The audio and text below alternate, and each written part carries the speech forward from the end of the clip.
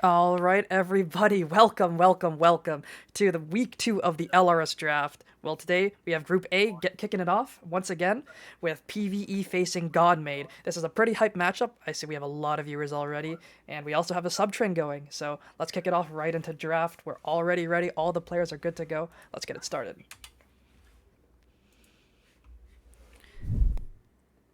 So before we do get started at this, any comments, Mr. Dream? Let's see, I can count about 7 of these people that I know. I know how well each of them play. I don't think those are the team comps that are going to be played tonight. Nope. Definitely not. Well, I am truly excited to see what's going to be going down here. me too. Psychonautic versus Vapist is probably the matchup that I'm going to be keeping an eye on the most. So we, And I'm looking for the 3 bands against Lunar Effect here, as usual. as per usual, we saw Godmade play last week, and they played a good series. It's pretty fun to watch. I'm excited to see how they do up against PvE. I do know a few of these players, especially like Esmond. I'm pretty excited to see what he has to pick up today. Last split, he mostly played the Ash because that champion was busted, but we'll see what he picks up today. Yeah, and we already got some pretty an interesting ban from PvE banning out the Draven. Don't want same page on it whatsoever. On the other side of GM, we have the Nunu being banned away from Nerf Adderall. Followed up by a Draven ban, Kha'Zix ban from Red side. Don't want Lunar on that Kha'Zix. No surprise there. I'm pretty sure he played that in game 1 last week and absolutely destroyed people on it. I do respect the Leona ban. Champions are really good right now. Very similar to Rel in their playstyles. Both love to just jump in and make things happen.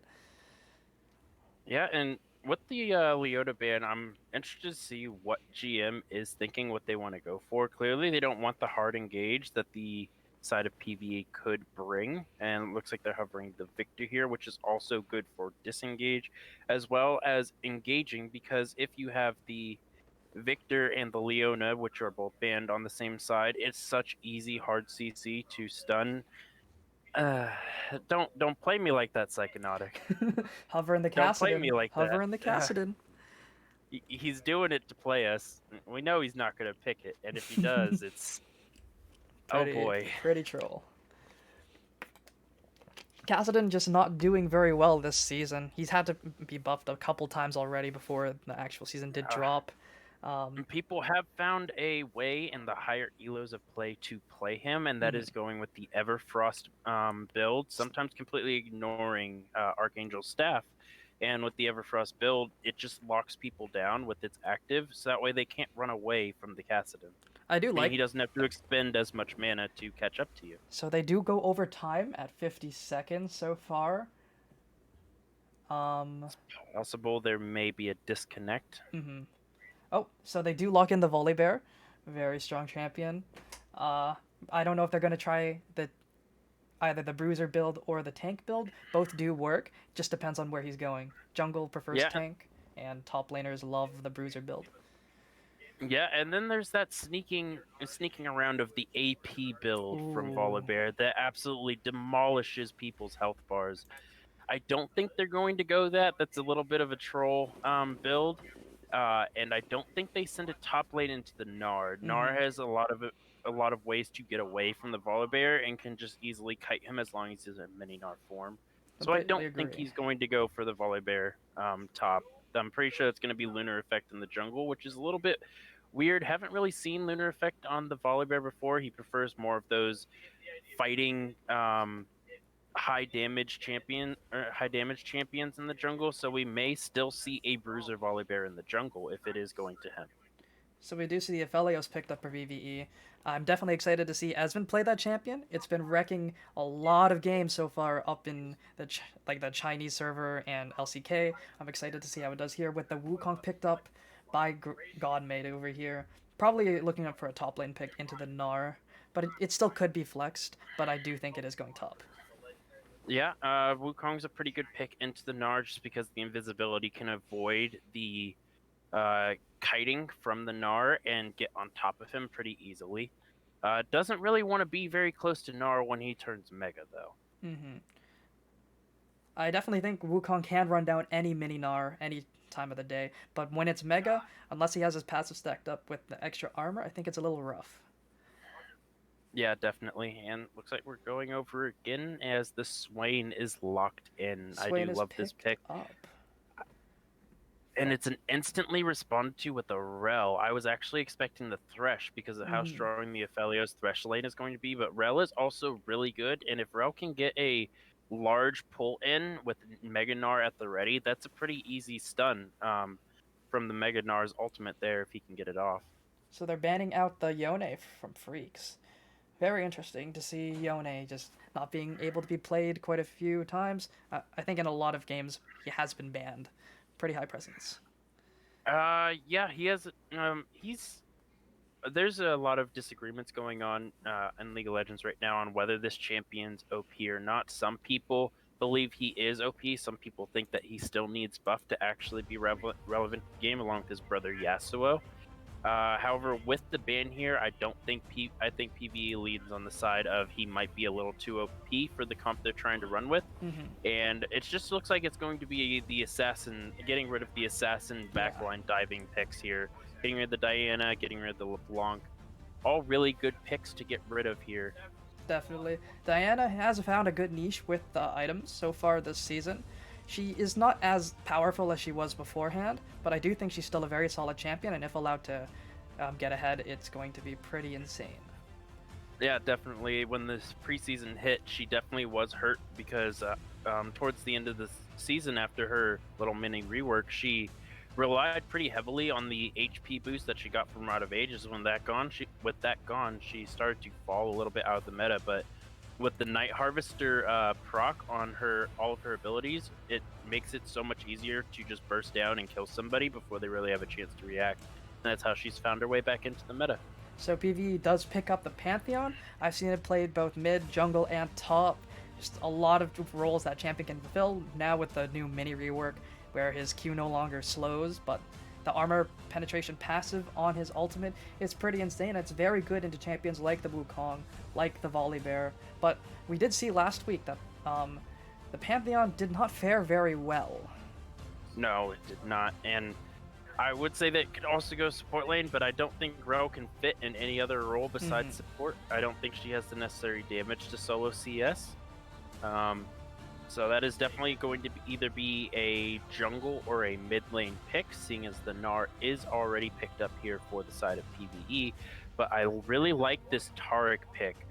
Taric is a very good option to try and dissuade PvE from going all in as long as the Taric is alive.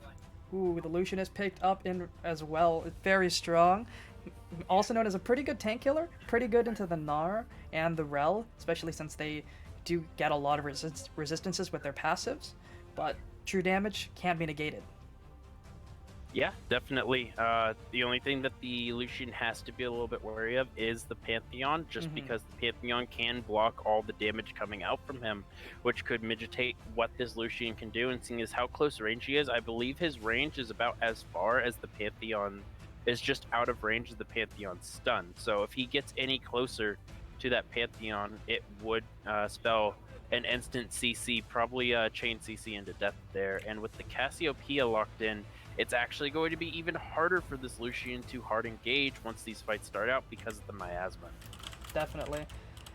The Cassiopeia pick does confirm that it is Pantheon jungle, unless they are willing to take the Gnar there, but I don't think that's a possibility. I highly doubt that's going to happen. PvE, this team's known for shenanigans. If you watched last year or played last year against them, they have some pretty crazy shenanigans. I don't think they're going to go that crazy this time around. Definitely. I do like the Swain pickup, though. I think it has the range to match the Cassiopeia, but if it is just a brawl, the Cassiopeia will win out if she's allowed to get that Grievous Wounds on him with either an Ignite or a Morellonomicon, and prevent the Swain from ult healing or drain tanking his way to victory, especially in the 1v1 matchup. Yeah, definitely. And on the other side, the Swain does have a lot of options to make himself stay safe and drain tank like he's used to. safely with the Taric ultimate there, because he will still drain HP while he's invulnerable from the Taric ultimate. Mm-hmm.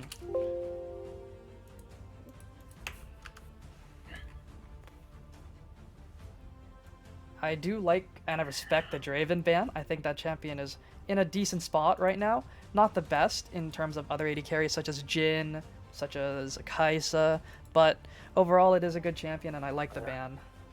Yeah, speaking of which, neither of those champions were either picked or banned the entire rotation here, which is surprising with how much priority we've seen the other streams have put onto those champions. Usually Kaisa is a first or second pick there, and the Jhin usually follows close after. Jhin not as much so, but the Kaisa definitely is either a pick or ban, and it's just fell through entirely through this draft without having to see it once.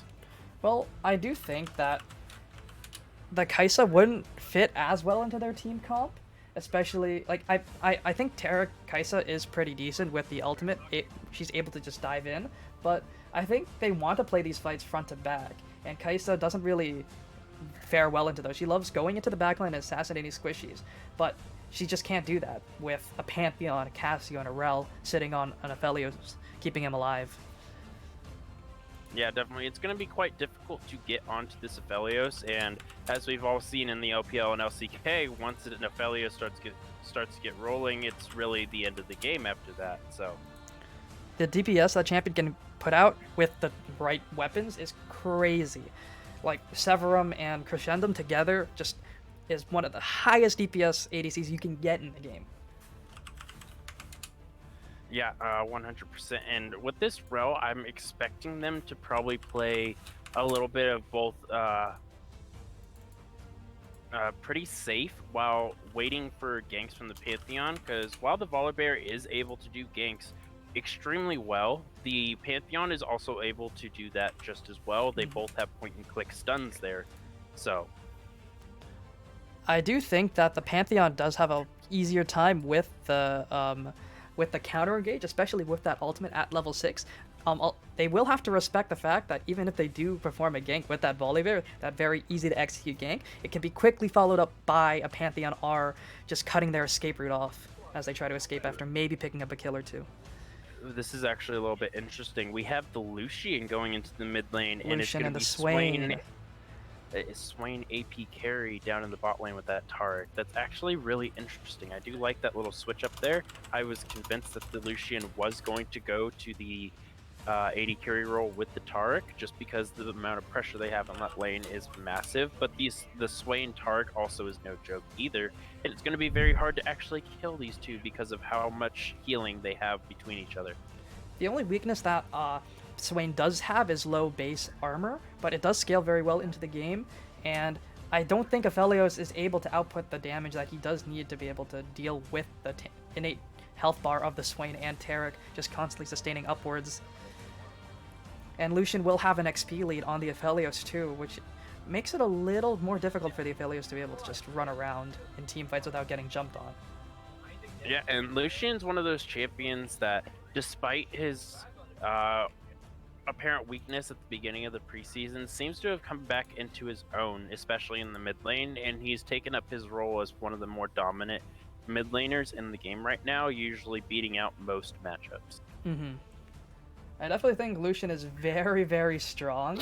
There's many ways to build him right now. Some people have tried lethality. I don't think that is the optimal build, but Gale Force is also really good. Kraken Slayer I think is the best for DPS, but in the case of them having a Pantheon, a Gnar, and Cassio, I potentially think that having the Gale Force might be needed. Unless he is able to... Oh. Go ahead. Oh. Unless he is able to just get super far ahead and not have to worry about getting one shot, I think the Gale Force is a pretty good option. Or he's just very, very good on the trigger finger of the E or the flash. We'll see how this goes. Yeah, I 100% agree with you. However, with the new patch coming out, the Gale Force now has an increased 30-second cooldown, so now it's up to 90 seconds. So that may be a less favorable option for the Lucian specifically. I might still see it on maybe the Kaisa and the Jhin, but the Lucian, he already has a dash built in. I expect him to favor the Kraken Slayer a little bit more. Yeah, well, the patch did just come out, and I think you are very right about that Gale Force nerf. Lucian would just add the Gale Force into his, normally I think would add it into his damage combo, or potentially just use it to run away for utility. It does do a crazy amount of damage, all things considered. It is a utility item, but does prioritize champions that are low on HP. So can be used as a mini execute, per se. Yeah, and we didn't really get much time to talk about this Aphelios bot lane. He is paired with the Alistar. Or no, that's not Alistar, it's Rel. That's a Rel. It's just mixed up on the screen here. Okay. I was like, wait, I know I saw Rel. Why am I seeing Alistar? Oh, there we go. That should be fixed about now. But yeah, I think Rel Aphelios is a pretty strong lane. But into a Swain, I think that's generally a little more difficult to execute on. But I will send it off to a quick break. We'll see you guys back in a couple minutes. Take care for now.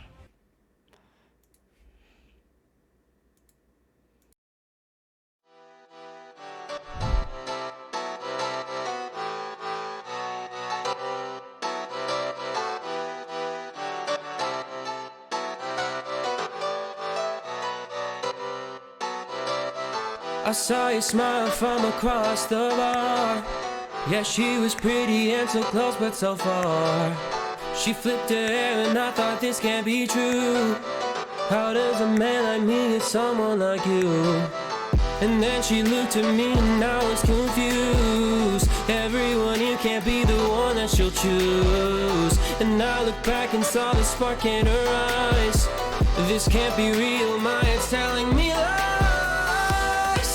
Just like them, you're coming closer to me. Come shake me, grab me, so I wake up from this dream. I can't breathe, come with me. I don't know if I can speak. Then she said, come with me and let's be free. Alright guys, welcome back. We are getting into this game real quick. So we see everyone getting ready for a little bit of a 5-point on the red side. I think they are looking to place a ward down on maybe in the pixel brush or line brush, but so far everything is looking pretty okay. Not a single little mishap to happen. No invades, no crazy shenanigans in game 1 here. We'll probably see that in game 2 once they decide they want to have a little bit of fun for the stream. We definitely could see that. Something that I find interesting here is they actually have the support matching the Volibear in the mid lane for the 5-point, which makes it harder for the side of GM to actually know where this Pantheon is starting. True. And I really like that. I do like the Pantheon basing to, after placing his ward, grabbing the Oracle Lens, getting ready to make sure, you know, he can catch out any wards, any cheesy wards up in the top side. I think it is a good idea to maybe get this Gnar a little bit of help, but he could also just roam down to the bot side, do a full clear top side, run bot, and gank the Swain Taric. Yeah, and with the help from the Gnar, it looks the Pantheon is probably going to be favoring the bot side of the map. I don't know if that's the right choice because of how hard it's going to be to actually get on top of a Taric Swain. And I don't really believe that Aphelios and Rel have the early game follow-up with a quick root from the Swain early on the Rel. Nothing really comes of that trade other than a little bit of HP on both the red side bot lane. Yeah, it's a little bit harder for because the Swain started with the never move.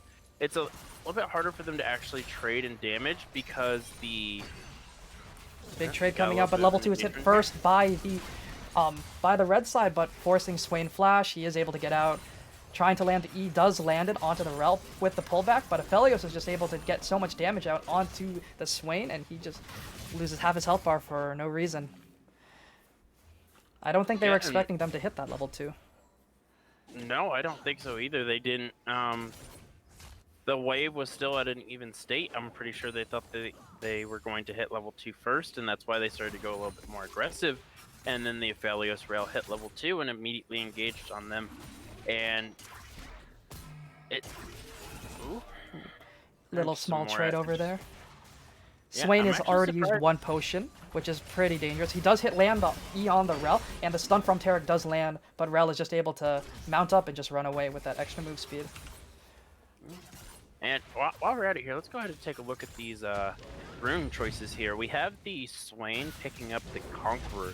Not something that you usually see for the Swain there. You usually see the Another fight Electrocute, down by the bot actually. side with Swain landing another Nevermore, but they are just able to walk out. Aphelios does not worry about that at all. No, and with the bonus stats, I believe Rel gives bonus defensive stats to whoever she's attached to. It's actually little bit harder. Just a lot of fighting going on. A lot here of in the bot trading, a lane. lot of trading, definitely.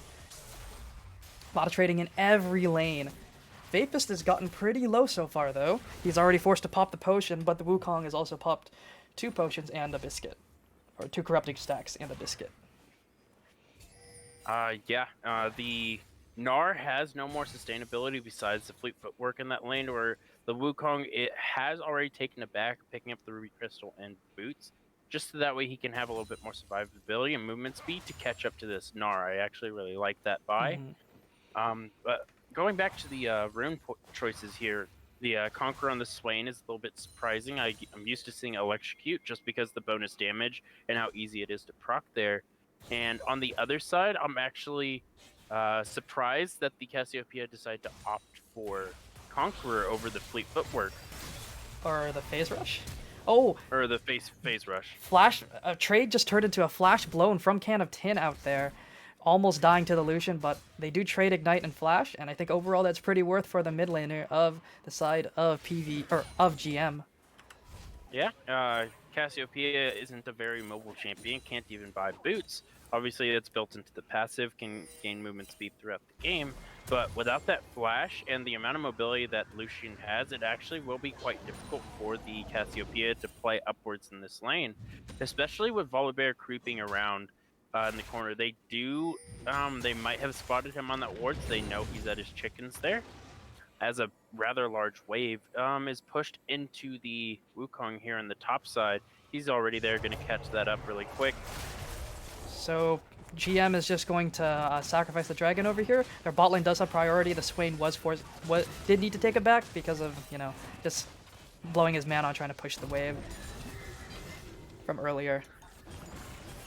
They are going to fight, though. Lands both stuns onto the Aphelios, forced to heal. He is trying to run away, but he is slowed, exhausted from the Taric. Rel misses the knockup on both units. Dragon is slain, but Aphelios is able to just clean up and kill the Swain. At 1 HP, though, he does trade his life for it, but it might be 2 for the price of 1. Rel mounts up, lands the knockup auto, is able to just keep him in place, and Pantheon is able to secure that kill on the Terra. 2 for the price of 1. Don't know how worth that is with a gigantic wave pushing in to the blue side tower. Yeah, the side of PvE managed to pick up. We have another fight up on the top side. Wukong blowing his ultimate, trying to kill the mini Gnar. He's 1 HP. He might just leave him. Flash is blown from both top laners, but Psychonautic might just die here. He is actually able to get out of tower range in time and kill that Gnar. Land the last little bonk on the head and take him out. Yeah, that was... where do I start? Which fight should I analyze here first? Let's analyze the bot lane fight first. That did happen. I think that it's going to favor PvE this time around, just because it's the Aphelios that picks up the kill there, and they pick up the dragon, and the Pantheon also gets a kill there, whereas it's just the Taric getting a return kill on the Aphelios. So yes, while that does minimize the amount of minions that this Aphelio probably missed out on here, I don't think it's going to matter because of how big that wave is going to be crashing into them. Lucian does blow the R onto the Cassio, but nothing happens afterwards because he did see the Rel a little late. Yeah, decided to dash in there, probably gaining vision of the Rel as soon as he dashed in, and decided he no longer wanted to do that fight anymore. That's a risky fight to take, because if he wants to land that R onto the Cassio, deal his damage, he'd have to face her. You know what happens if you face a Cassio? You get R to the face. Yeah, a lot of respect coming from the bot side of PvE there. Seeing the Volibear heading down, they know they can't actually contest anything going on here.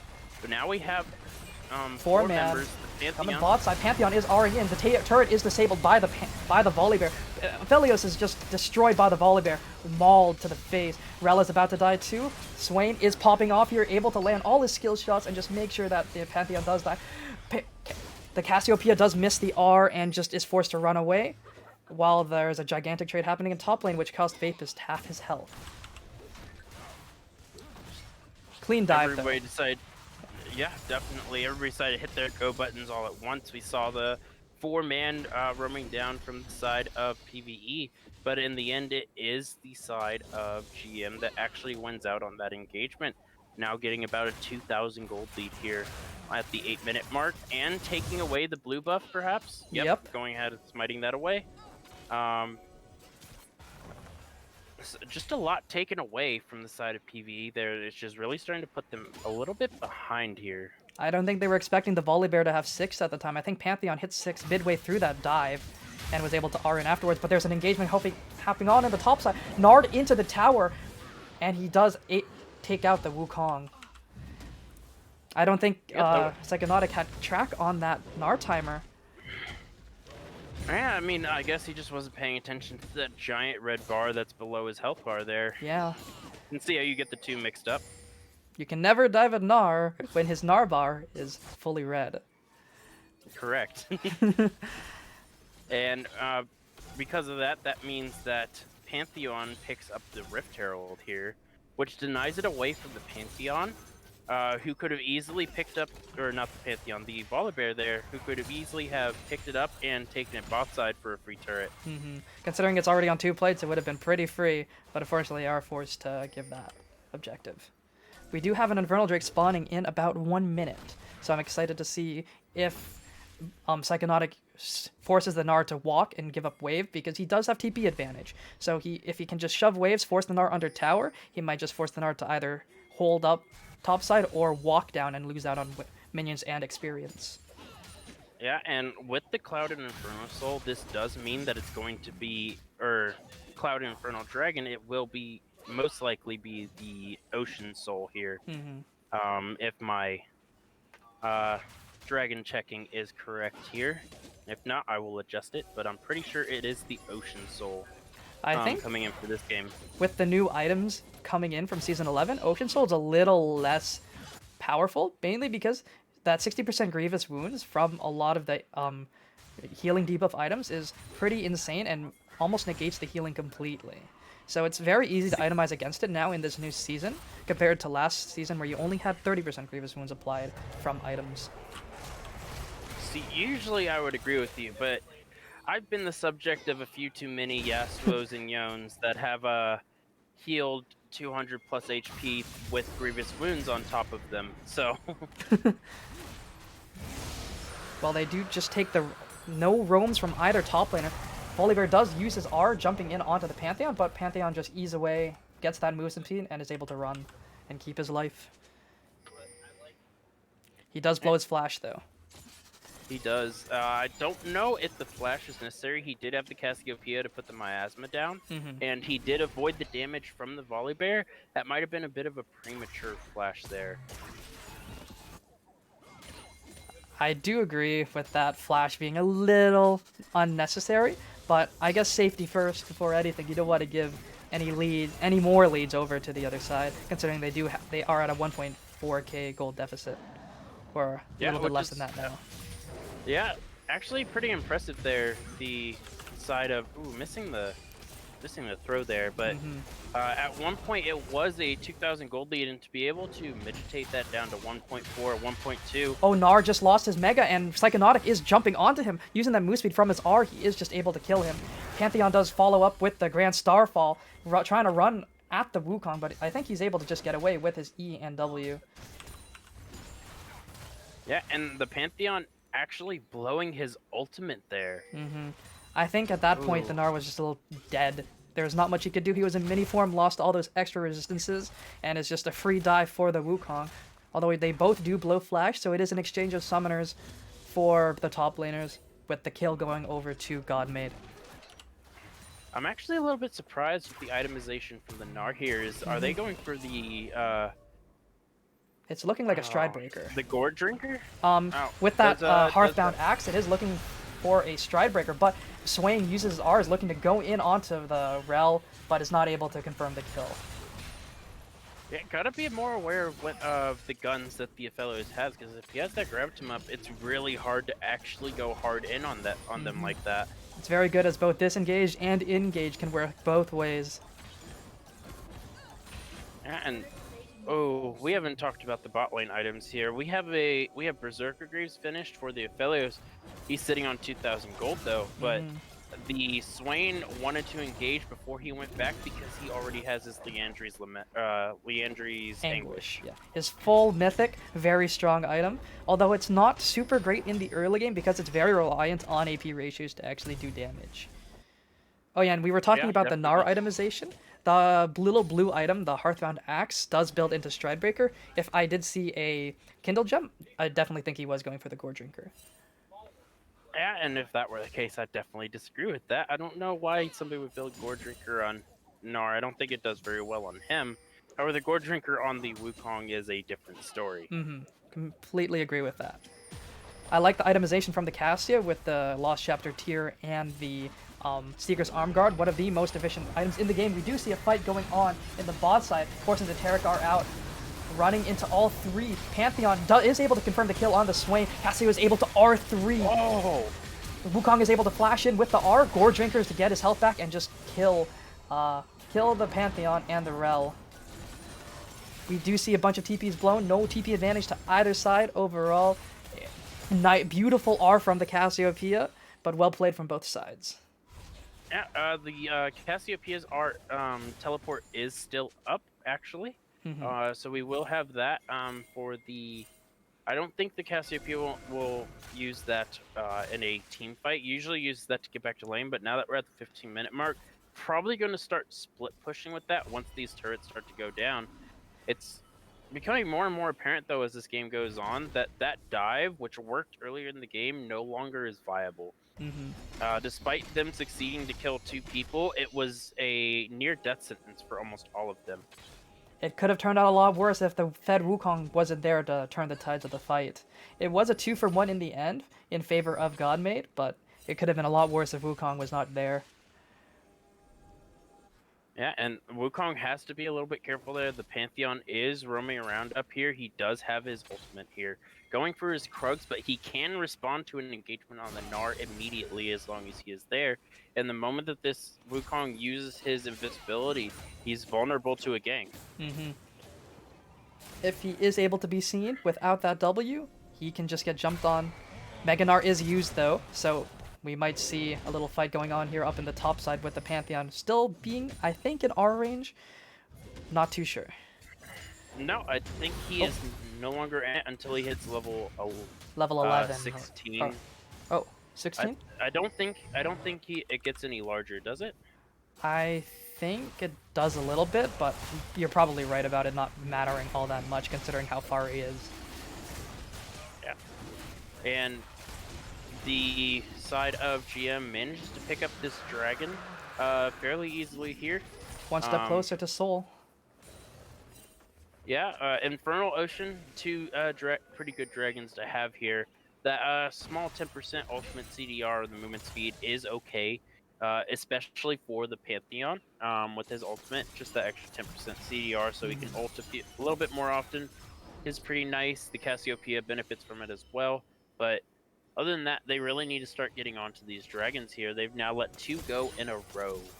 We see the Aphelios not even finished a full mythic at the moment, sitting on Zerker's Noon Quiver and the Pickaxe. He is at a power deficit compared to his lane partner of the Swain. And the Rel is also a little starved of gold at the same time, with the Tarek having a component advantage on her.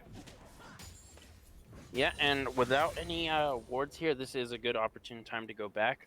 He does go ahead and finish the Gale Force. It's actually a pretty good buy, especially with the Wukong and the Volibear on the other side, able to disengage just a little bit easier, or re-engage to try and catch up to this Lucian if the Lucian dashes away. Lucian does decide to go with the Kraken Slayer over the Gale Force here. And like I talked about in the pregame, I do like that. It's going to allow him to put out a lot more damage than he would with the Gale Force.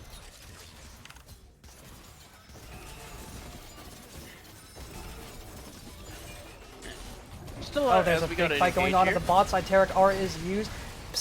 Aphelios is pulled back in and exhausted, but we see a TP coming out from the Cassiopeia, and the Pantheon Grand Star falls right into the middle of the two. Swain, though, just one-shots the Aphelios and is almost able to take out the Rel, but is, in the end, killed by the Cassiopeia. Yeah, and that's a double kill for the Cassiopeia, which is really nice. However, it looks like Lucian is going to take the first turret of the game here. And looks like they're going to go for the second Rift Herald, which I believe is about to go down here. And they're probably going to they're pinging for the top side here. They have Lucian roaming up, so Gnar needs to get out of there quick. They're looking to dive him. Yeah, he doesn't have Mega Gnar up anytime soon. He needs to go. Just Stridebreaker away and is able to get out with the Rel, giving him that higher resistance. But they are looking to fight here. Rel does dive into two of them, but might just die in return. But the Gnar hits a three-man Gnar into the wall, but is traded out instead of, being able to actually do anything with it. Pantheon does land the stun onto the Volibear, which does cause him to die, and they don't even get the tower in exchange for that. It is a 2-for-2, or 2-for-1 in favor of Godmade, but it could have been a little cleaner. Yeah, they failing to get the tower there. It does leave it pretty low for the Wukong to go ahead and finish. But because everybody roamed to the top side, I'm actually a little bit surprised why the bot side hasn't taken that bot tower right now. They've decided to go for the Krugs there. I should be pressing that advantage on the map, getting that neutral objective. Ooh. Seems like they still will be able to. Before anybody is able to respond to those. So they do get the turret and bot side in response, just a little bit later than we would have liked. I do like the Moonstone Renewer. I think he might be trying the new Lunar Stone build, but Lucian is just dove on by 3, CC'd up by the Pantheon on Rel, and Aphelios is there just to confirm the kill. Yeah, and they go ahead and pick up that turret there as well. Responding to that bot lane turret there, Wukong does respond again by taking the top lane turret there. So the only remaining outer turrets remaining, are on the blue side of the map. Lucian does opt for the Collector's second item. It is interesting to see it come out here, but I mean, it does help against the Cassiopeia, who is itemizing towards him with the Seeker's Arm Guard. But I think lethality does not scale super well, and I think it would have been better to either go for the Essence Reaver or the Navori Quick Blades. Yeah, usually Essence Forcing Reaver the flash is a out of good... Esmond, though, is the Volibear just sprinting at him full force. Unfortunately, does burn the flash a little preemptively. Yeah, once again, one of those very unnecessary flashes. I'm not sure how I feel about that one either. It didn't look like the Volibear was even going for him there. I guess afraid of the flash Q. But we do see vision set up bot side by both teams. Blue side is just opting to clear some wards, walking up to maybe try and contest for Drake, which is spawning here in 7 seconds. We see all 5 here. We're looking for a gigantic team fight here. Yeah. The blue side is just opting to start the dragon over here. Swain E does miss. Aphelios R's one target. Terragar is used here. Rel dives into the backline where they aren't able to land the Terragar, but Esmond might just die here on the backside of the fight. Rel is also really low, is able to die. Freaks is out here just spraying Pantheon down, and Gnar is just unable to confirm any kills here other than the Wukong. Same Page is out here killing up the Swain, or on the Swain, killing up the Cassio and the Aphelios, and Aphelios just loses a quarter of his health bar to one Swain Q. Pretty insane. Yeah, and that means it is going to be the sole point for the side of GM. They're starting to run away with this game now having about a 5,500 gold lead here. This game is starting to unhinge for the side of PvE as they're starting to fall apart at the seams. I think we're seeing how not great the Gnar has been doing, unfortunately. The champion, I think, is not as powerful as people make it out to be. I do think items like the Divine Sunderer or Trinity Force is a lot better than Stridebreaker. But I don't really think that would have made much of a difference. I do not, because he did get a pretty nice ultimate there in that fight, though, but it clearly just wasn't the difference because he didn't get it onto any of the primary targets that he needed to get it on. He got it onto the Volibear and the Wukong to get them off of the Aphelios, who still ended up dying to the Swain. I think Wukong was the only member of Godmade to fall there, and unfortunately for them, they really need that Lucian, that Swain, to be the ones to actually get taken out. Those are the ones with bounties. Those are the ones you have to worry about, and unfortunately they were not able to land the key ultimates on those primary carries. Yeah. Still have some fight left in the side of the team of PvE here, as they're trying to get vision in their Pantheon jungle. lands the W like onto the Swain, but Swain has his R active. Demonic is able to Zhonya's and make sure he doesn't get taken out there. Volibear jumps onto the backline of Aphelios and Cassio and is just able to buy so much time for his backline, allowing Psychonautic to just dive onto the 80 carry and just bonk the Aphelios on the head. Down goes Rel, down goes Pantheon, down goes Aphelios. 3 for the side of Godmade. And this is definitely going to be Baron here. They didn't lose any members. The jungle, top laner, and support are down. All they have, actually 4 is down for the side of PvE. All that's left is the Cassiopeia, and with the Lucian pressuring that top tower there's no way that they get there in time, or Cassiopeia even attempts to. I don't even think she has the damage to try. Down goes the Baron, dressed in purple. Dragon is up in about 2 minutes 30, so they have time to just push waves, make sure they can maybe get a couple more towers before they just rotate down for that dragon. And Ocean Soul. With the dragon coming up, with the Ocean Soul coming up before the Baron expires, they're probably going to want to either take it before Baron expires to force a fight, or if they don't get that fight, they just get a free Ocean Soul and they won't die anymore. There's not enough anti-healing, only the Oblivion Orb from the Cassiopeia and the Bramble Thorns coming out from the Gnar there that actually really has any sort of previous wounds on it to mitigate the healing coming from this Swain, this Volibear, this Wukong. Engaged onto the Gnar as the Wukong, using his R to gain the movement speed, but is just unable to catch up. Yeah, the slow from the Gnar Q, able to save his life there. He was approaching the Mega Gnar form, but he's 2 levels down on the Wukong there. Wukong already finishing his Gore Drinker and Ravenous Hydra. We just have components from the Gnar here. It wants nothing to do with that Wukong, at least for a while. That Lucian is incredibly strong, sitting at 3 full completed items compared to everyone else. But he is getting TP'd on. It is the Cassio and the Pantheon. Everyone is just dogpiling onto that Lucian, and he is just demolished, unable to have a response, and Volibear might just die as well.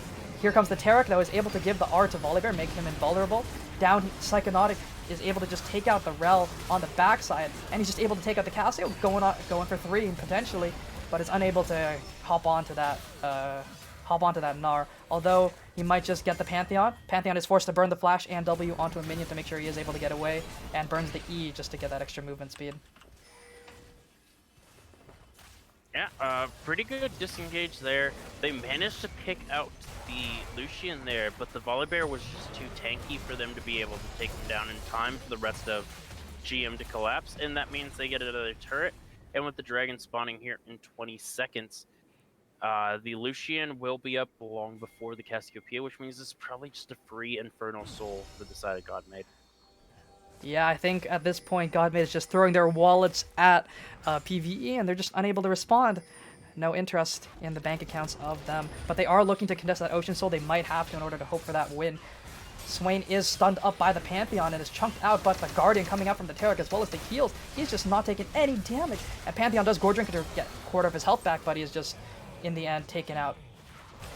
Yeah, and with the Pantheon dead there, that means there is no chance for a steal here. They're just going to go a tail tuck between their legs and go ahead and head back to their base as the Infernal Soul goes to the side of Godmade. Pantheon just can't be dying there like that. Even if he is able to pick out the Swain, I don't think it matters because he sacrificed his soul just for 1 pick.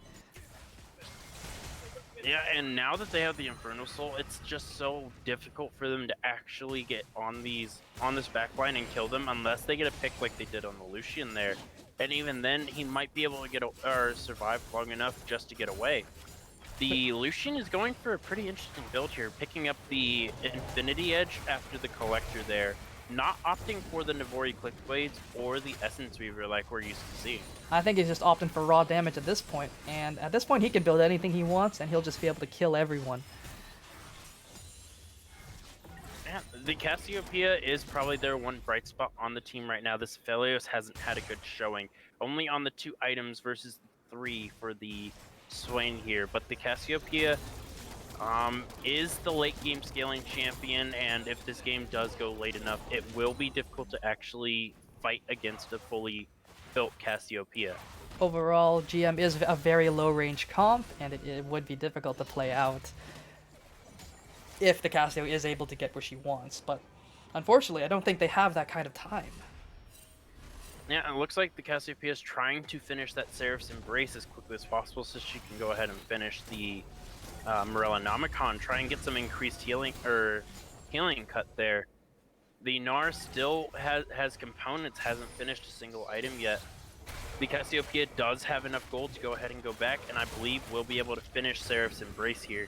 Which she does. On her back, yep. Aphelios that out is a here really- opting for the armor penetration, probably building toward a lower DOMs. I don't know, I probably would have preferred getting the Executioner's Calling there with the amount of healing that they have. And it's also cheaper. Definitely. We see that red side is just looking to defend their top tier 3 from like the siege of Swain and Wukong.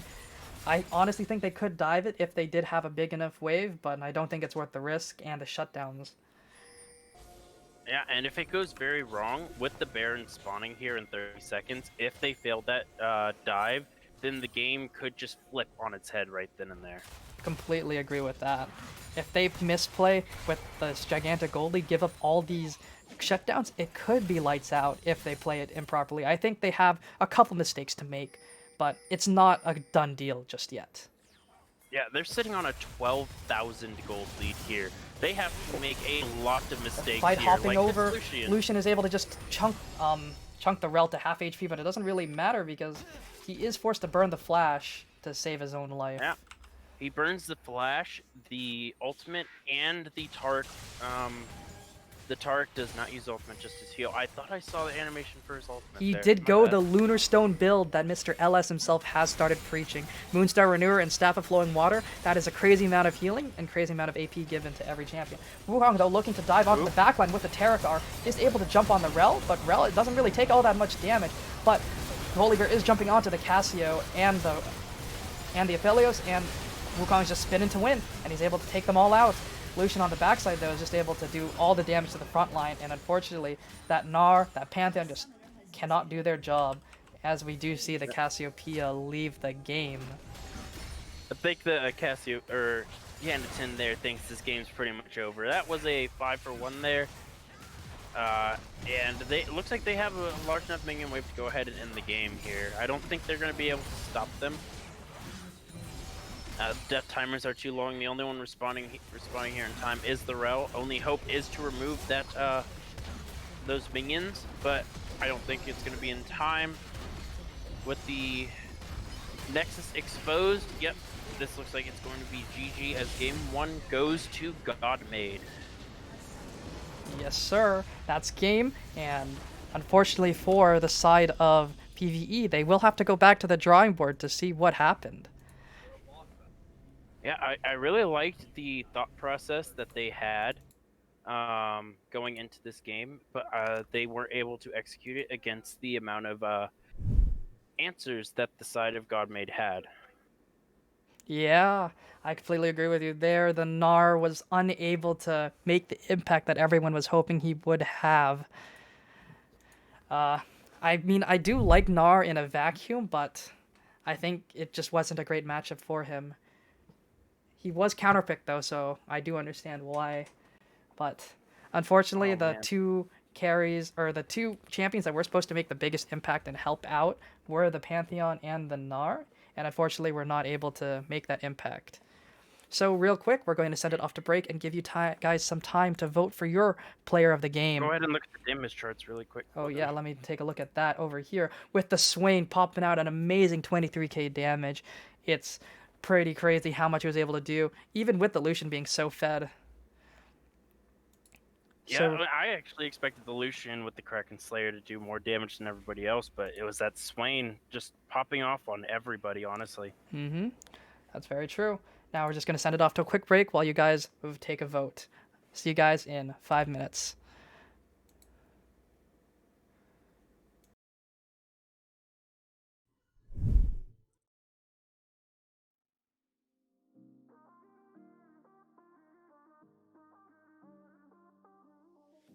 Broken promises, oh, they just haunt me. I'm locked inside, these feelings can't be free. We were happy, maybe that was just me. All I can remember is how you promised me. You said that you'd be here, but why I'm here alone? I wasted everything, now I got nothing. Oh, time is all I have, but you took it again. Now I'm here wishing for a time machine, time machine. Take me back. Take me back. If we didn't meet on that rainy day, would we have fallen in love and ends up this way? Don't apologize, just tell me why. Just tell me why. Broken promise. You said that you'd be here, but why I'm here alone? I wasted everything, now I got nothing. Oh, time is all I have, but you took it again. Now I'm here wishing for a time machine, time machine. Ooh, I need a time machine, something I can rewind all these scenes, take them out from my memory. Yeah, I need a time machine, yeah, yeah. Play, rewind, delete, restart, yeah, yeah. Play, rewind, delete, restart.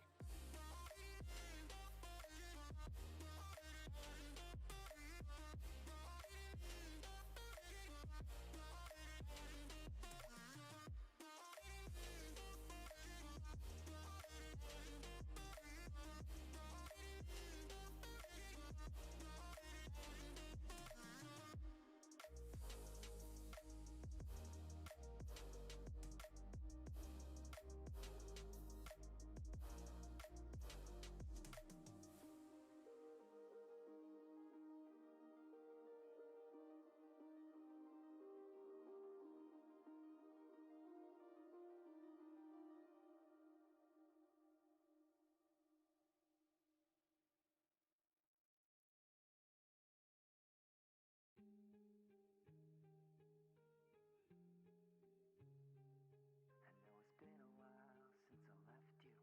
I could never explain what I meant to do. Then I realized what I came through. I could never explain, yeah. Levitate, I was born to be a dreamer. I don't know what to tell you. Farewell, sunset without direction. I really don't know what to tell you. Oh, yeah. I feel like I'm leaving Earth. I'm still on my way. Maybe I dived into deep, sailed away at 17. Yeah, came so far, left all feelings aside.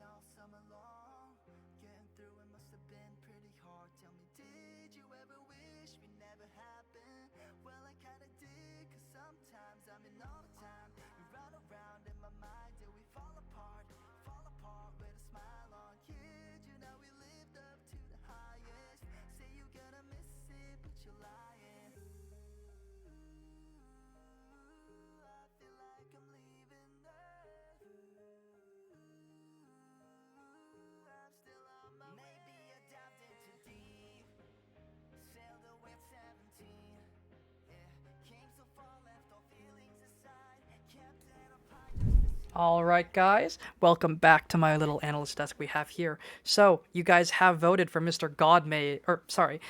Lunar Effect from Godmade as your player of the game, and I think it's pretty well deserved. He was able to enable his bot lane and his mid lane throughout the entire game with that gigantic, crazy dive 4-man right onto the side of that bot lane. It just crushed the hopes of PvE, and I think that was just too big of a lead for them to be able to, come back from. Any comments, Mr. Dream, about the last game? Yeah, it seemed to be going a bit evenly matched there for a little while. One kill here, one kill there for both sides. But then I think it was around like the 15-minute mark, the game just accelerated to where PvE just didn't know how to actually combat the full 5v5 team comp that Godmade had built. And they started to fall apart at the seams. And in that very last fight, we saw exactly what happened. They got flanked from two separate directions with the invisibility from the Wukong and the ultimate over the wall from the Volley Bear, which just ended their game there. Definitely. I think there were some scary moments, especially when they almost did lose that fight up in the bot lane after the dive, where the Cassia was able to pick up a double kill. She was their shining pearl in the darkness. She was their only chance of being able to win the game, unfortunately, with the Aphelios not being able to output the damage that he needed to, and the Gnar just, other than a few key ultimates, I just think he was outstatted throughout most of the match. Yeah, the only time he managed to get the better of that Wukong there was when the Wukong was getting a little greedy diving under that turret. Talking to you, Noah. It was a little bit of a crazy dive. I don't think it was super necessary, but sometimes you just got to style on your opponent to ruin their mental. And it looked like their mental wasn't very good from the little bit of gameplay. They just weren't able to play from behind very well and just kept taking fights that they were not able to win. They have to take huge numbers of advantages, such as like 4v2 or 5v2 even, to even hope to come out on top and maybe close that gold gap and get those key shutdowns from the Lucian, from the Swain throughout most of the game. Yeah, definitely. There was a very large gap as far as, I wouldn't say skill gap between the players, but it was a gap of knowledge, I think. I definitely Understanding... go ahead with your statement. Understanding what they wanted to do with their composition and what the enemy team wanted to do. I think that the side of PvE just figured it out a little bit too late. I just think they didn't have the wallets to actually be able to fight Godmade throughout the entire game. The early game was played very well from both sides, but it was just the couple of mid-game skirmishes that did cause things to spiral out of control for PvE. But overall, I think both drafts were very good with the way they made sure everyone fit a role. Like, if we look at the team comp of PvE, they picked Gnar, Pantheon, Cassiopeia, Rel, and Aphelios, and all of those champions can play very well together. They have a clear identity of wanting to fight things front to back, with Pantheon maybe initiating by going a little bit farther forward, with the Gnar just being able to follow things up. And we are about to get right into draft. Let's see what everyone has in store for us tonight. I have not been invited to the lobby. I will invite you real quick. As we do get ready for draft, I'll send you the Pentacue link as well. Appreciate it. That is not what I wanted to send, but we are looking at them starting up the bans right now with nothing taken away other than the Kha'Zix from Lunar Effect. No surprise there. Here you go. You can take that. That should be about right. So they do ban Godmade does ban the Leona. Again, not looking to face that hard engage and the relative tankiness of the champion. And Olaf banned away from Lunar too.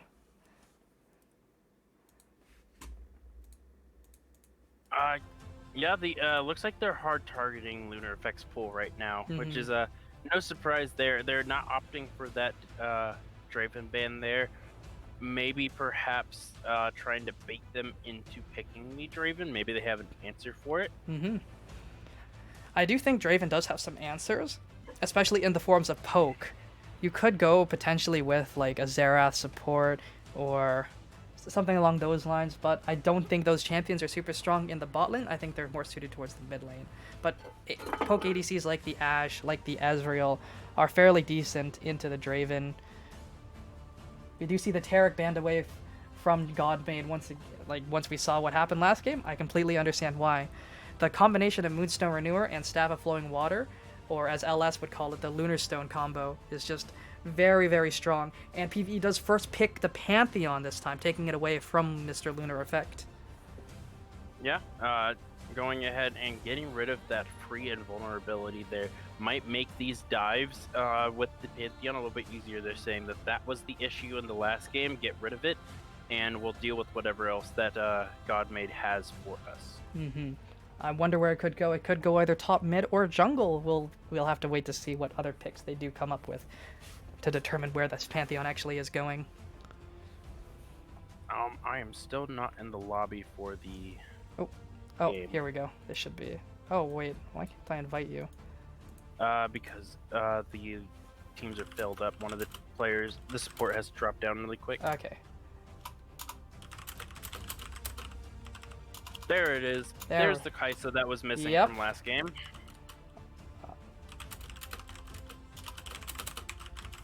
We're waiting for the second pick. Yeah, we do have the Kaisa locked in. Kaisa, it looks like it seems like Godmade is probably going for a little different of a look now that the Taric is banned here, going for more of a backline engage composition. Definitely. I wouldn't be surprised here. That is a surprising pick here. With the Nami going ahead and being locked in. Yep.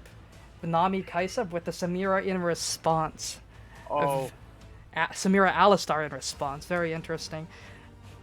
Although Nami does outscale the Alistar, I don't think it's going to be a fun laning phase for both the Kaisa and the Nami.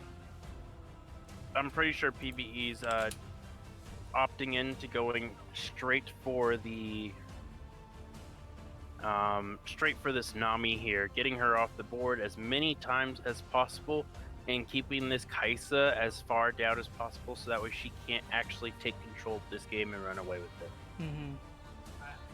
I think it's a good idea to just dive that Nami, make sure she's not able to output the healing that can get obnoxious in the late game with the new healing scaling items. The Kaisa though is very strong, but I don't know how well she would pair up with a Nami considering the kind of champion that she is, and as a more dive-oriented champion who likes to jump to the enemy backline. And Kayn is picked up here, could go either red or blue.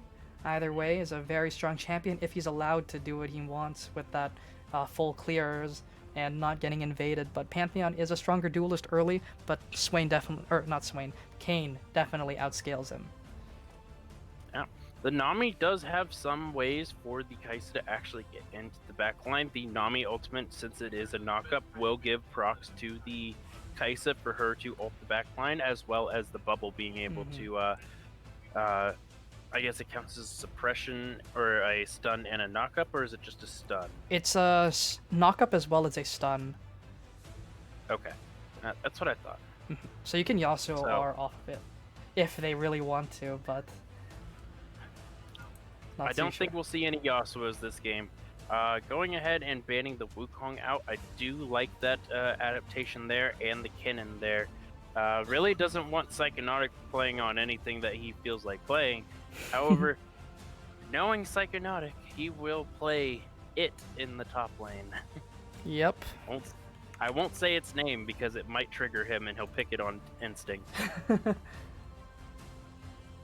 I definitely agree with that one there. We do see Seraphine banned out here. She is a relatively strong champion at this point, but she is very susceptible to getting dove, just like a Nami, just like any of those Enchanter supports. I was subject to a Nami in my Premade, or a Seraphine in my Premade game yesterday, so I feel its pain. Yeah. I do think she is a good champion overall, but she does have her weaknesses. With the Volibear picked up by Godmade once again, where that is definitely looking like a volley top, but it could potentially be a Kayn top. We'll see though. No, I seriously doubt it's going to be the Kayn top. That would severely limit his. That would just mean that PvE just picks a ranged champion into him, and he can't get his get his red form anytime soon if that's what he's planning to go for. With the Volibear, I do believe that is going in the hands of Psychonautic, which is once again is going to most likely be the Bruiser build, opting in for that Gnar again. I hope it has a better showing. We've seen Nars do very well, but I'm not too sure at this point.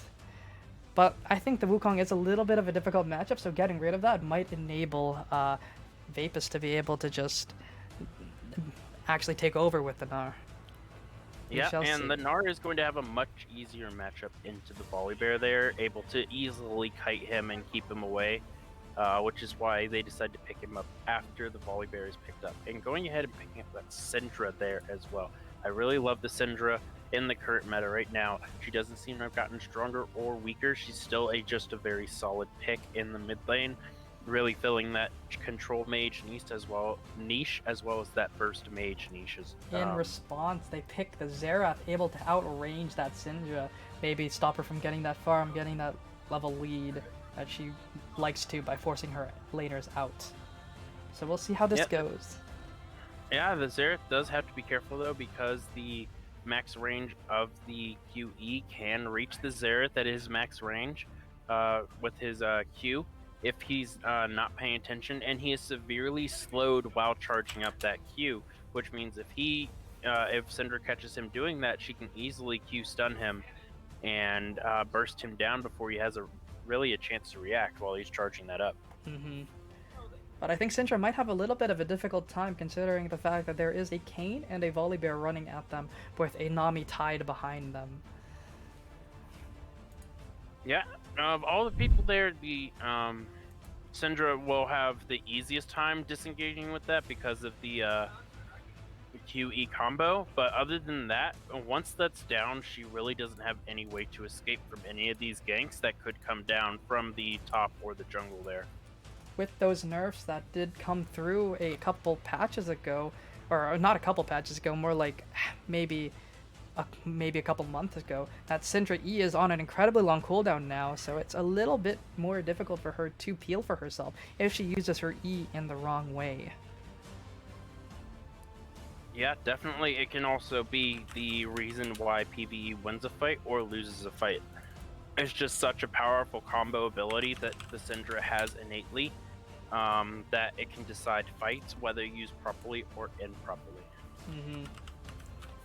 Overall, Syndra is in a good spot, but I do like both comps. They do have ways to pull the trigger with the Alistar, with the Gnar, with the Pantheon, and with the Samira to follow up. They are able to play the backline dive comp that they could want.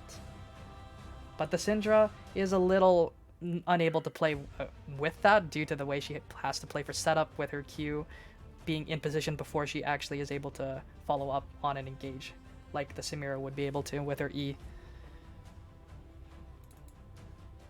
Yeah, I would expect the Gnar and the... Aatrox was picked up here. I don't think that was correct. So I think we're going to go back into draft in a little bit. Let's just transition over here for a second.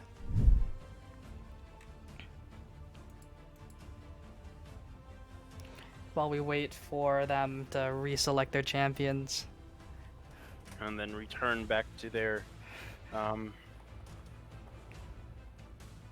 proper role assignments here.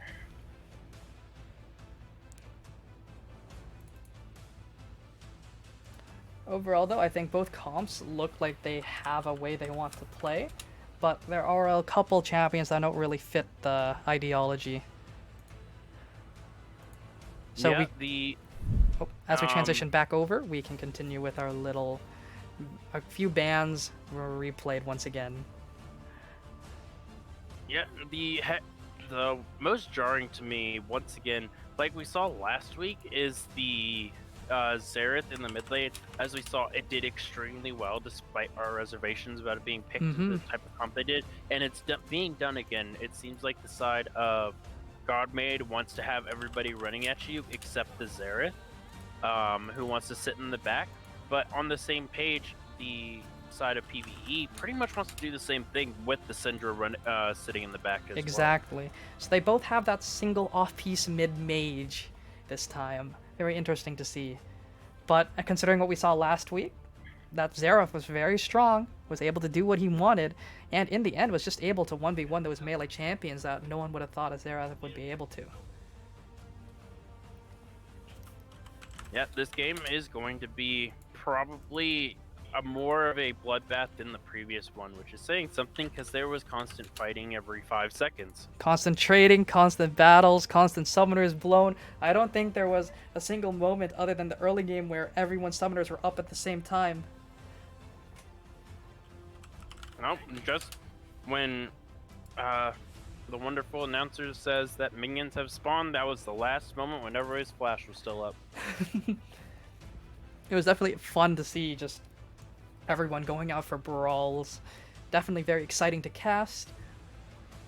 I'm excited to see what each team has in store for us, though. I hope the Gnar makes a redemption, considering what happened last game. But I think he does have an easier time, so he might just be able to get the little leads that Gnar is supposed to as the ranged lane bully that he is. Yeah, definitely. Now, we have to keep an eye on this bot lane for Godmade now. Going with the Kaisa here is one of the strongest champions in the game right now, just because of how easy it is for her to take over the game with even just 2 or 3 kills. It'll be interesting to see how she pairs with the Nami, a pairing that usually people don't think of when they see the Kaisa. Usually they want somebody with hard engage to get on top of the enemy AD carry and just destroy them. I do think that they decided to go with the Nami because they probably expect the Samira to be picked up and the Alistar, and Nami is pretty good at disengaging from the Samira Alistar. I do like that they have the ability to disengage with their champions. Volibear is also able to just point and click stun a lot of the carries, such as the Samira, such as the Syndra. I think it's very, very important that they hold their CC for the ones that are looking for the dives, like the Samira or the Pantheon or the Gnar, and just make sure they're watching their eyes as they dodge the Syndra, like Qs flying at you. It's very important to just make sure you hold your CC instead of using it to engage. Yeah, because if they use their CC all on one target and it doesn't happen with Samira, and Samira gets her ultimate off and there's nobody to hard CC her, which is pretty much the Xerath, the Nami, if she lands the bubble or the ultimate, and the Volibear. Other than that, they don't have any hard CC to stop her ultimate, so if she starts it after all of those hard engage, hard CC options are off the table, she gets free reign of their entire team and probably just wipes the board with them. I do think this is a game where Kayn will opt for the red form, considering that it is a triple melee comp. Gnar in teamfights will most likely try to be in his Mega Gnar state, which will allow the Kayn to farm those red stacks. Does that mean Kayn gets blue stacks from Mini Gnar and red stacks from Mega Gnar? I believe so. Interesting. Because I actually was not aware of that. Before Season 11, Gnar was able, even when he was mini, was able to itemize into items like Sterax, which are reserved for melee champions only. So I think he is able to be considered both melee and ranged when in different forms. He's just able to itemize differently. Huh. Or back in the old days, I guess like 2 months ago. Yeah, 455 years ago, right? Yep. I'm definitely excited to see Lunar on a carry this time, on the Kayn. I want to see him output that damage. I want to see him out clear that Pantheon and maybe go for a couple cheeky invades. Kayn is better at clearing camps than the Pantheon. Pantheon can only use his small Q, his press Q, to clear, and it just doesn't have as wide of an AoE as Kayn Q with a similar cooldown. So if Lunar Effect is able to get that farm lead, it will be very, very important for him to do his job of landing his Ws to make sure that Samira is not able to have her free reign. Are the predictions open yet? Or I not will yet? open the prediction right now just before we do load in. Gotcha. I wasn't So yeah, sure. I predictions. was about to type in Yep. for myself. Predictions are open. I wonder who you will vote for. I do think the side of Godmade is slightly easier to execute on. They do have more of a straightforward comp where they don't really have to hard rely on maybe like execution, more as just landing their skill shots. I think it's more important for PvE to focus up and let the Samira do her job, make sure she's able to do her job. It's imperative that Samira is able to get those ultimates on the Nami and Xerath.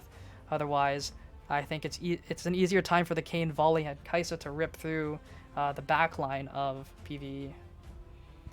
Yeah, I think the side of Godmade definitely has the easier comp to execute, whereas the side of PvE, they basically have the same comp, just on a higher difficulty level. Mm-hmm. Completely agree with you. And if we saw last game, Mr. Jester of Time went for the Moonstone Renewer and Staff of Flowing Water item combination, which is incredibly strong as an item comp. I'm going to send it over to break. Hopefully you guys do have time to place your bets. See you guys in a couple minutes.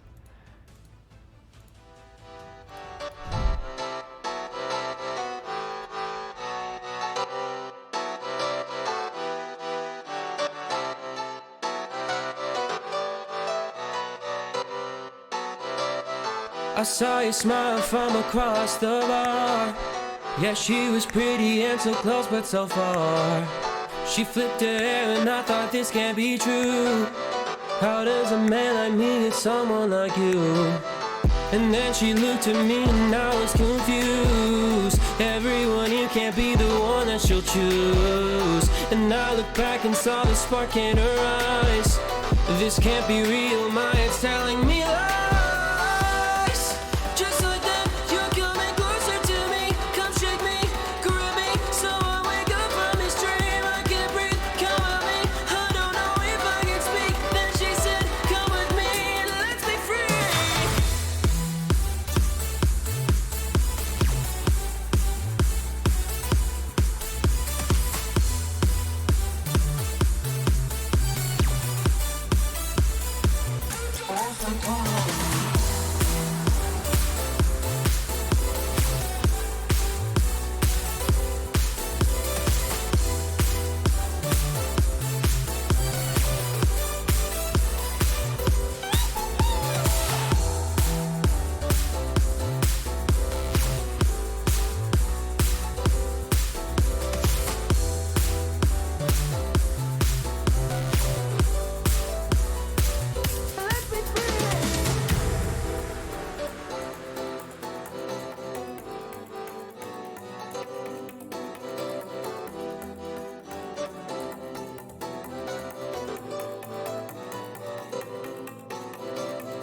The night is young and I think this could go far. The sky is dark but you're my shooting star. Could see your face reflect upon the moon. It was a pretty summer night in June. And then she looked at me Alright and guys, I was welcome back confused. to game number 2 of the PvE versus GM series. Very excited to see what we have here today. We do see blue side running up towards that line brush of red side. Maybe looking to cheese out the volley bear from that 5-point. Yeah. Kayn might be there to I don't- respond, but it's I looking... don't think the volley bear is going to expect this, honestly. They are hugging this wall. He's going to run away. I think he might be forced to burn his flash. He is going to flash out and stay alive. Unfortunately forced to burn that summoner though, which makes him a little susceptible to early dives. They are looking to continue and maybe take the red away from the Kayn. They might just look to go and fight him right now. If they ward it, they do ward it. He queues forward into 3 of them and is almost instantly popped, but is able to run away with his life and not even having to burn a summoner. Little risky there. I think... Excuse me. I think he knew that his team was trying to follow up, and he wanted to get those early stacks onto his red Kayn there, because the Alistair was the one up front. He did end up getting a few of those red stacks there, starting out. True. I definitely do think that getting those stacks, I guess a lot of Kane players do have that saying, int for form. So I think that's sort of the ideology that he was following. Yeah. And The he just Pantheon actually having to smite his red buff there because he did not get a leash from the bot side because of how late they were to lane. He was also very low, but Kane did start the wolves and is able to regenerate a lot of his health from that, and goes right into the chicken camp over there, able to just keep regenning that health with that large AoE that he does have. Yeah. This Samira just got her first CS of the game Oh, because of how no. late they were to lane. Yeah, Oh boy. that's not what you want as Samira. You never want to be behind an XP. Your goal is to shove the other lane out by just being oppressive, being strong. But unfortunately unable to do that. Yeah, and we're already starting to see just the range advantage that the Xerath has on the Syndra there. Ooh, Opting nice to go for QE the onto the Xerath there, but both just burn their mana bars. yeah, going ahead and proccing that phase rush there to go ahead and get out of any counter responses from the Xerath there, and does have the corrupting pot and biscuits to be able to survive the poke just for a little bit longer in this game. Going ahead, going back and picking up the tier. She does get that nice little cheater recall off and is able to pick up the tier from that. Very, very high level. Unfortunately, the Xerath is going to have to... Oh, but there is a fight happening in the bot lane with the Samira and Alistar engaging onto the Kai'Sa. But unfortunately, not much is being made of it. But we do see Lunar Effect invading onto the Pantheon, able to steal the blue, or not secure the blue with a smite, but is able to follow and flash and take down the Pantheon while the bot lane fight is still going on. Kai'Sa is ignited, heal is burned, flash is burned from both sides, and unfortunately down goes the Kai'Sa. Yeah, unfortunately that goes ends up going onto the Alistar there, but burning the flash and heal from the Nami is getting Kai'Sa dove there. here and is probably just dead. She is able to flash away from the Alistar, might be able to trade it, is able to trade the kill, is able to stay alive for so long, might even get the kill on Samira, is not able to in the end, unfortunately. Yeah, I think that tower was at its at the height of its power there, unable to get that last tick of damage down onto the Samir there. So the Samir does end up with the kill. The Nami does return with one as well, being able to pick up that Amp Tome and the Fairy Charm. I believe that is the new look for it now. Yep. Look how hard it is for that Volibear to actually get onto the Gnar. He just hops away every time the Volibear gets on top of him, and I do I'm like the actually rune surprised that he's choice. able to keep the CS lead even, yeah. yeah. He's using that Q to force the Gnar to back off, which is very good, but Vapist is about to transform into Mega Gnar, which will be a little harder for the Volibear to fight. We do see some wards placed down, but the Gnar does jump right onto the Volibear, and being at 1/5 HP, Volibear just has to run away and give up a lot of that CS. But Alistar here taking a lot of poke damage from both the Kai'Sa and the Nami, might just turn into an all-in. Does land a combo onto both, but I think he's dead from one auto. He is able to land it. Samira is unable to block it with her Whirlwind, and I think they're just able to walk away. Still chasing though, but here comes Kane, which forces the Pantheon and Samira to back off. And look at the amount of damage the Xerath has. Definitely winning out on that trade. This is a very, very big battle of the skill shots here up in the mid lane. Definitely excited to see, but he is down quite a bit of CS. 12 at the moment. Yeah, the Gnar actually opting to go with the Grasp with the Undying here, as opposed to the Fleet Footwork, mainly because he doesn't need it in this matchup. He's able to just stack his HP with Grasp and Undying. Now with that level 6, this Volibear has to be very careful how close he steps up. Definitely. I do like Grasp. It's a very good bully rune into those big melees, and forces him to just give up some CS. He is down 12 CS, just like the mid lane, and Grasp is just a good choice here, but I also like the fact that Volley went press the attack here instead of the Grasp. It's super hard to proc, but bot lane might just be looking to be dove here. Nami is comboed by the Alistar and is just popped instantly by the Kiwi combo from the Samira, or from the Syndra. But Alistar goes down to the Kaisa at the same time, so it is a 1-for-1 trade in the end. But dedicating 4 members bot side from PvE, it's a little interesting to see that they dedicated so many members here. But they do trade it 1-for-1. Xerath doesn't even have to give up his wave though.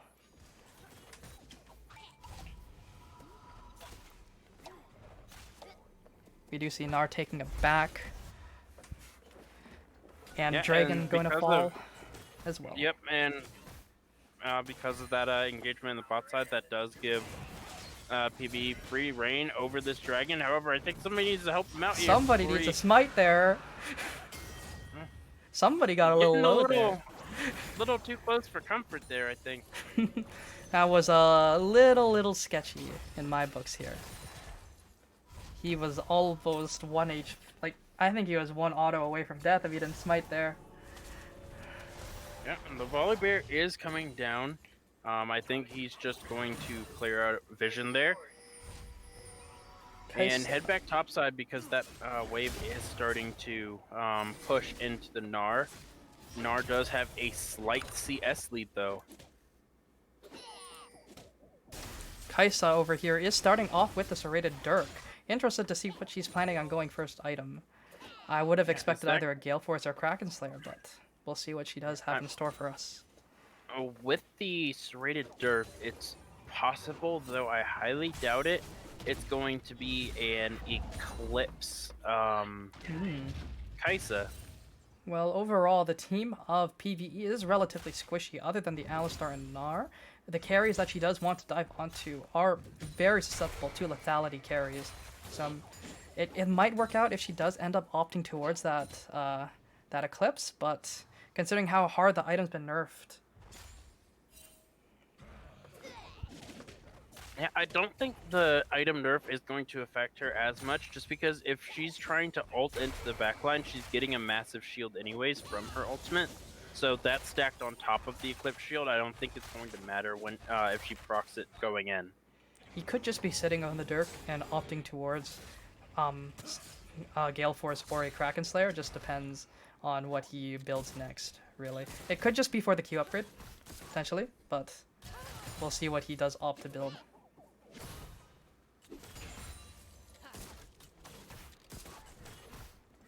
You don't On see... the other side, Oh.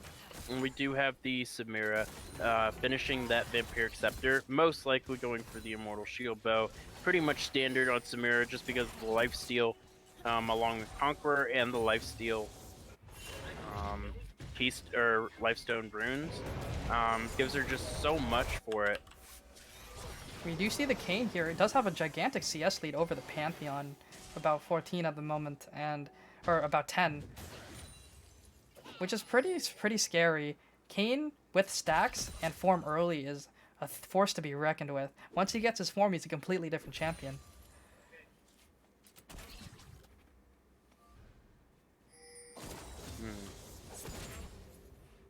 We do see most of the lanes here just farming it up, unable to actually trade. I do think blue side is a little stronger at the moment with the CS lead and the kill lead up in the mid lane. Syndra is already stacking up that tier, able to land the Kiwi under tower onto the Xerath, but does take a tower shot to the face in exchange for that beautiful combo. Yeah, and it's a 20 CS lead in the mid lane that Xerath isn't able to get very much pressure to farm the wave, spending a little bit too much time poking the Syndra out of wave. Oh, Alistar just used his Q on nothing. We do see them starting to fight in. Pantheon does flash for the Kaisa, but she is 1 HP. Burns flash from Samira, and they are able to secure the kill. But Kayn comes in, is able to just do his damage, R her, and kill the Samira. But here comes four members strong, sorry, up from the blue side over on the bot just to make sure that they are able to secure their kills and get away with most of their lives. Only Samira fell in the process for it too. Yeah, and the Volibear not having TP means he can't actually come down to respond to that. So he's going to use this time to catch up in CS, and no, he's not even going to try and go for any platings there. He could have at least gotten the 1, but he's just going to opt to go ahead and go back here. Sitting on 1,500 gold almost there. picking up the Negatron cloak and the cloth armor, as well as some boots. During that time, the Kane did pick up the first Rift Herald. Has about a quarter time left to use that Rift Herald, though there's not very many lanes that he can actually use it in because all of his lanes are losing. He doesn't have anywhere to actually shove it into. We do see the Kaisa picking up that Noon Quiver, so she is opting towards either the Gale Force or Kraken Slayer. Kane missing the Q over the wall, unfortunately, so not able to get right over to this chicken camp right away. We do see blue side looking for the dragon. Alistar once again misses his combo. We do see a lot of members of blue side walking for the dragon, but we see 4 members strong on red looking to contest the Ocean Drake, second Drake of the game. Yeah, and the Volibear does not have TP just yet. It looks like the side of Godmade is trying to stall until that TP is up, perhaps. Oh, flashes towards the Syndra and doesn't really get much out of it. I don't know what they were planning on doing. I don't think there were any members there early on to respond, but Alistar might just be caught here. Combos the Xerath.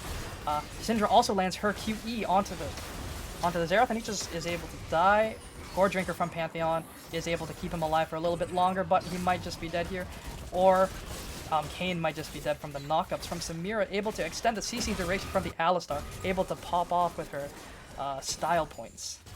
Kaisa walking up into 4 members. What are you doing? You can't do that. You can't walk up into 4, especially point and click CC. No. This game might just be over from that exchange. I think that was most likely a misclick there from the Kaisa. Going that direction there. Some people in chat are saying that the overlay is wrong for the stream. It was GM that won the game. Game 1, not PvE. Yep, I can get to that right now.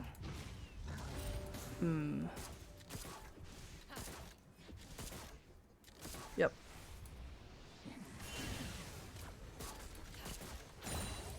And with the Cloud and Ocean Soul, that means we get in an Infernal Rift, which means we get to see what happens when one of these teams gets Soul and absolutely starts just exploding people with damage. Looks like we got an engagement here in the bot side. The Kaisa is chasing down onto the Samira. She is very low, but she does pop the Immortal Shield, but is able to sustain all her HP right back up. But she might just be dead here. Yep. We do see the Nami take that one. Kaisa is forced to flash to make sure she's able to get away from the Pantheon Grand Starfall. And unable to land the Q onto the Kaisa, he just settles for a Q onto Nami. Yeah, the Samira just pushed up just a little bit too far there and ends up paying for it with her life. Unfortunately, that kill did go over to the Nami. Not what you want to see as an ADC player. But it was very this is close. what you call... Oh no. Uh-oh, Lunar might just be dead here. Is Nard into the wall, but he is able to just get over and make sure his Q is able to land. But Blastcone is taken over, stunned up by the W. But does he have R? Does he have R? That is the question. He is able to R into the Vapist. Gets pushed away, is not unable to land any more spells, and just falls, unfortunately. Yeah, I mean, it was really ambitious to go there and take the blue buff, let alone try to take the blue buff and the Gromp at the same time.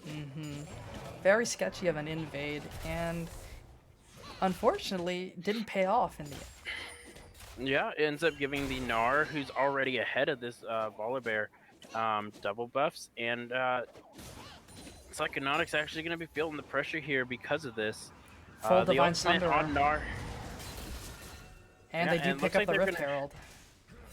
Yeah, they're getting so much just off of that failed invade from the Kane there. Both of the junglers have Gore Drinker finished. We're still waiting on finished items from the Kaisa and the Xerath here, as well as the Volibear. It seems like the sides have swapped. The Gnar is the one with the item advantage this time around, and not the Volibear, because Yeah, whereas last game it was the Wukong and not the Gnar that had the item advantage. We do see the repair drop mid, which does force first mid tower over to the side of PvE. Divine Blunderer Keck W is what I'm seeing in chat here. Very, very funny. I do think the item is alright, but I don't think it's an okay Gnar item, but I think there are better items, especially when ahead. I think Trinity Force is a very good option. Trinity I Force. definitely agree. I do like the Trinity Force. I do also like if you're trying to go for the full tank Gnar build, the Sunfire Aegis and Frostfire Gauntlet are also really good as well. I think Divine Sunderer's stats are fine on the Gnar, but there are just some better items. And I think it's easier to pressure your lead with the item like Strideberger that he did have last game. It's just able to force the Volibear not to be able to run away and just guarantee some more kills, or just keep the Volibear away from his tower. I don't think Divine Sunder is the only real champion that it's very useful on is the Volibear, potentially the Kayn, but Kayn's base health growth isn't very strong, or it doesn't scale very hard into the late game, so there isn't much HP on him as a champion in general. So I think attack speed is a little more valuable. We do see top tower about to fall over. Gnar misses the W, but is able to land the R onto the wall. Volibear is just running at him right now, able to chomp him down. Mini Gnar is now forced to run away, but Volibear is just able to stick on him. Able to land the flash E, and Gnar overstepped his bounds, unfortunately. We do see another fight happening onto the bot side, trying to force that tower there, but everyone is just running away, forced to flash, forced to burn the R on Alistar. And Volibear is here too, make it a party. Here he comes, comboed away by the Alistar. Alistar does start channeling his E. Oh, but that beautiful QE from the Syndra.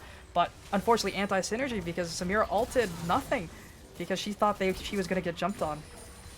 And forces those style points to go to waste. I do see Dragon up here. We might see a contest from blue side. Pantheon is still alive and at relatively high HP. Both do have smite. He might have to R into the pit to hope to get that steal. Alistar is looking for a flank on 5. Gnar has finally arrived for the fight, but first comes Red. Here comes Kayn getting the smite onto the Dragon. Is fighting the 3 champions on the backline. Is able to kill the Alistar. Lands the Q on the Gnar, but is about to die. Goredrinkers to stay alive just a little bit longer. Samira is 1 HP and is able to go down to the Kai'Sa over here. Kai'Sa still had her R, was able to get away from the Syndra. Phoebus is looking for her though. Might be able to land the boulder. It does land the boulder toss right onto Kai'Sa, and she does fall in the end. It is a 3-for-3 trade, but Godmade are able to get the dragon. Yeah, stopping that dragon stack there, just short of the soul point, means that this game is going to go a little bit longer without a Infernal Soul here, and if the side of Godmade gets all 4 of these Infernal Drakes, they are going to be terrifyingly powerful. The gold lead is definitely in favor of PvE, but that was a much closer fight than it should have been considering the gold leads that they do have. They did give away a few bounties too, which is very scary. Fortunately, the Syndra, who does still have a 400 gold bounty there, did not die, not sacrificing that bounty, meaning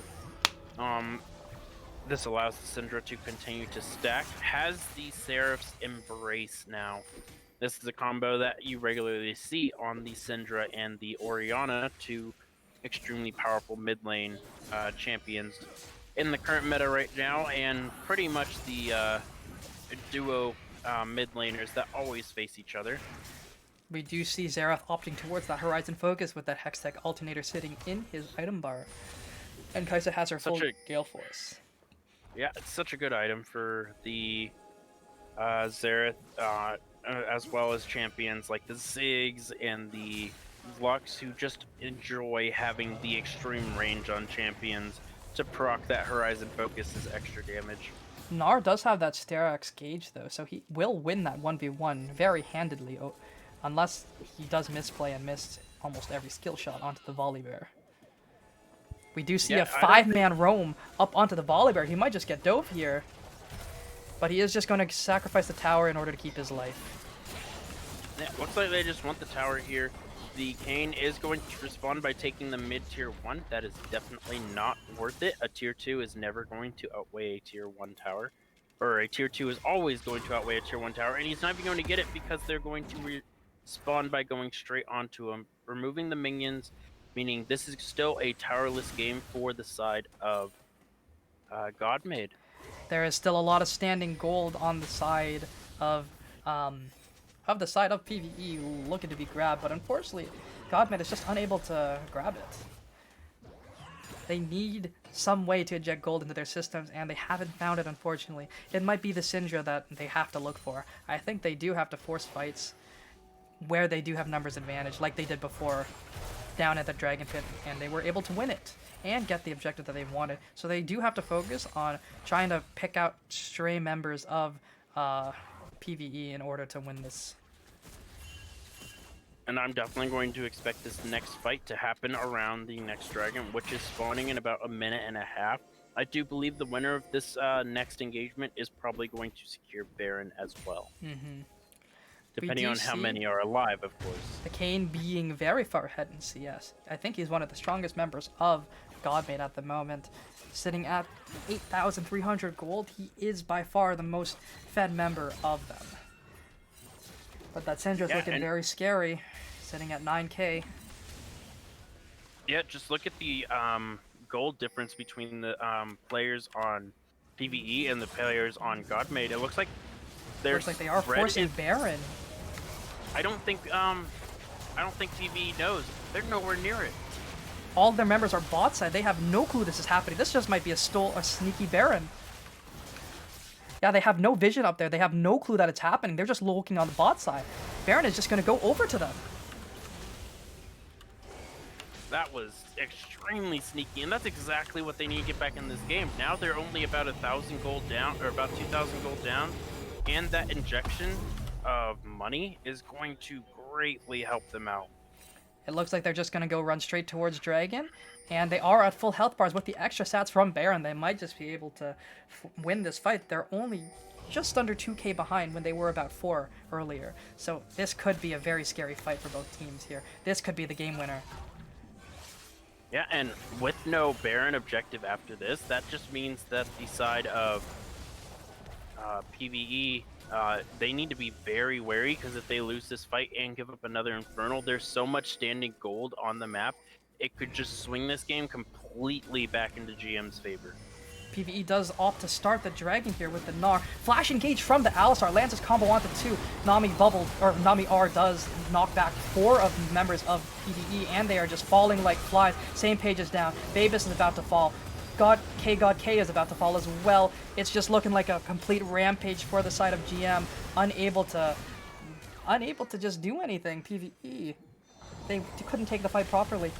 That Nami disengage was crazy and was able to win it for the fight. That is a game-winning play right there coming out of Jester of Time, in my opinion. Yeah, that was such a beautiful fight there. The Alistar starting it out, but he went in all by himself. The only person to back him up was a Samira. Who you don't want to be backing you up if that's your primary form of damage besides the Syndra, who wasn't even close to that engagement at the moment. Nami's opting for that Imperial Mandate, looking to help her team do a little bit more damage with her E. Because when the E is applied, it does apply a slow, which does also proc the mark on any enemy champions hit by it. But they are getting TP'd on the bot side by the Gnar. Pantheon R is also here too. I think Lunar Effect is just going to sacrifice himself to get that tower. Is able to try and kill the Samira, but is unable to in the end. Pantheon flashes on to Jester of Time. Unfortunately, too squishy to live. Psychonautic here is trying to run for his life, gets comboed by Alistar over the wall and stunned up, knocked up, and is just dead overall in the end. Yeah, and that massive game-winning, game-changing fight they had around Baron just got flipped on its head by PvE, getting a little overzealous with their push in the bot lane and just getting collapsed on from every angle. Unfortunately for PvE, there isn't much to grab on the map other than a couple towers. There's no big objectives like Baron, like Dragon, so that fight does guarantee them a couple towers, but it's hard to siege into a Xerath with Baron. And the gold lead is very close now, just just over 1k, a lot better than it was before. And we just see PvE just opting to back off right now, as Baron does wear off. Yeah, Baron is going to wear off here, which means that the side of GM no longer has those Baron enhanced minions, and their push is entirely stopped, and they end up going about even. The Syndra picking up the blue buff there is going to help her out to shove these waves out and probably just delay this game a little bit longer until the Baron is back up, which will be up before the Dragon. I do like the Magi's pickup from the Syndra. She is not dying. She's playing the game very well with only 1 death to her name. So having that Magi Soul Stealer will just help her ramp up her damage super quickly throughout a teamfight if she is able to land those kills, get those assists, get that KP going. It's going to be pretty hard to live through a Syndra R. And Alistar is just floating for some reason. I think this might be a spectator bug, but my god, no, that is really funny. That's this has been a known issue for about a month and a half now, probably longer. We've seen this a lot.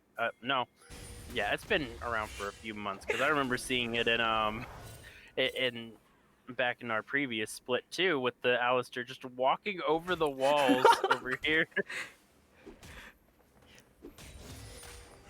Maybe he could just coast through the enemy team. We'll see. We do see double sweeper picked up from Lunar Effect and Psychonautic, just trying to clear wards up on their bot side jungle. There are 2 objectives coming up in about a minute and a half each. Dragon up in 1 minute 40, Baron up in 120. We'll see what happens again. We might see. I don't think they're ever going to get away with that sneaky, cheeky Baron play ever again, but we'll see. I have a sneaky feeling it was Psychonautic's call to do that Baron as well. But that was a big call that did lessen the gigantic gold deficit they were at. Yeah. And right now we're just in a waiting game. They're just clearing out the waves, trying to get pushes going as the Baron is spawning in another 40 seconds and the Dragon is spawning in another minute. We have wards being cleared out. They are definitely not allowing this to happen again. They have plenty of vision around the Baron. You do see both teams just prepping going up. Alistair's just going to walk over that Baron wall there just to check and see that the Nami's there. We do see the Lunar. Another flash engage by the Alistar. Same page might just be dead right at the beginning of the fight. He is able to back out, but is just killed by the Pantheon overall. Here comes the Lunar Effect, unable to do anything. Volibear TPs into 4, might just die for it, but that damage from the Xerath is crazy with the Nami marks on them. Force the bob and weave through the Xerath R. Volibear is trying to nom on Mr. Nerf Adderall, unfortunately unable to do so, as all the members of blue side are incredibly low. Samira just gets destroyed by the Horizon Focus empowered Q. Alistar might just die for that engage. Is able to land the Q proc Aftershock, but he is 1 HP. Volibear is running at him very scarily. Nami does die from the Pantheon Spear, but Xerath is just dishing out damage like a Gatling gun out here. Gnar flashes onto him, is able to kill him in the end, but Vapus is able to proc the Mega Gnar and kill Volibear, saving his own life in the process. Yeah, and I don't think the health bars are well enough to go for the Baron, but they are strong enough to go ahead and grab this Infernal Dragon. The Kayn is up. He is running down here as fast as possible. So is the Kaisa. I do not think they get down here in time, though.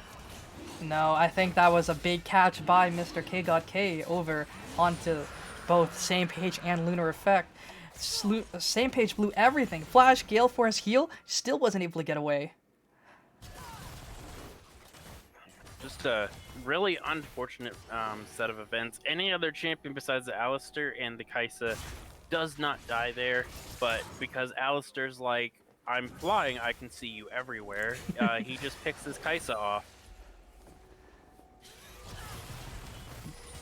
We're seeing It's like a that lot. saying, it's like that saying, Same Page will not get picked until cows fly, and here we go, Cows is are flying. So. Cows are flying. No, I'm turning into freak with my horrible puns. I need to stop. We see Kaisa opting into the Nazir Tooth to make sure she has all her abilities empowered. I do like W empowered, but I don't know if it will be enough to be a game-changing item. I think opting into crit would be a little bit better, but we'll see how it turns out. Xerath is R-ing the Baron just to make sure they aren't on it. Yeah, and also zoning them off, just in case that they were just in case they were going for it, or if they were in the area for some sort of cheeky death push. Mm-hmm.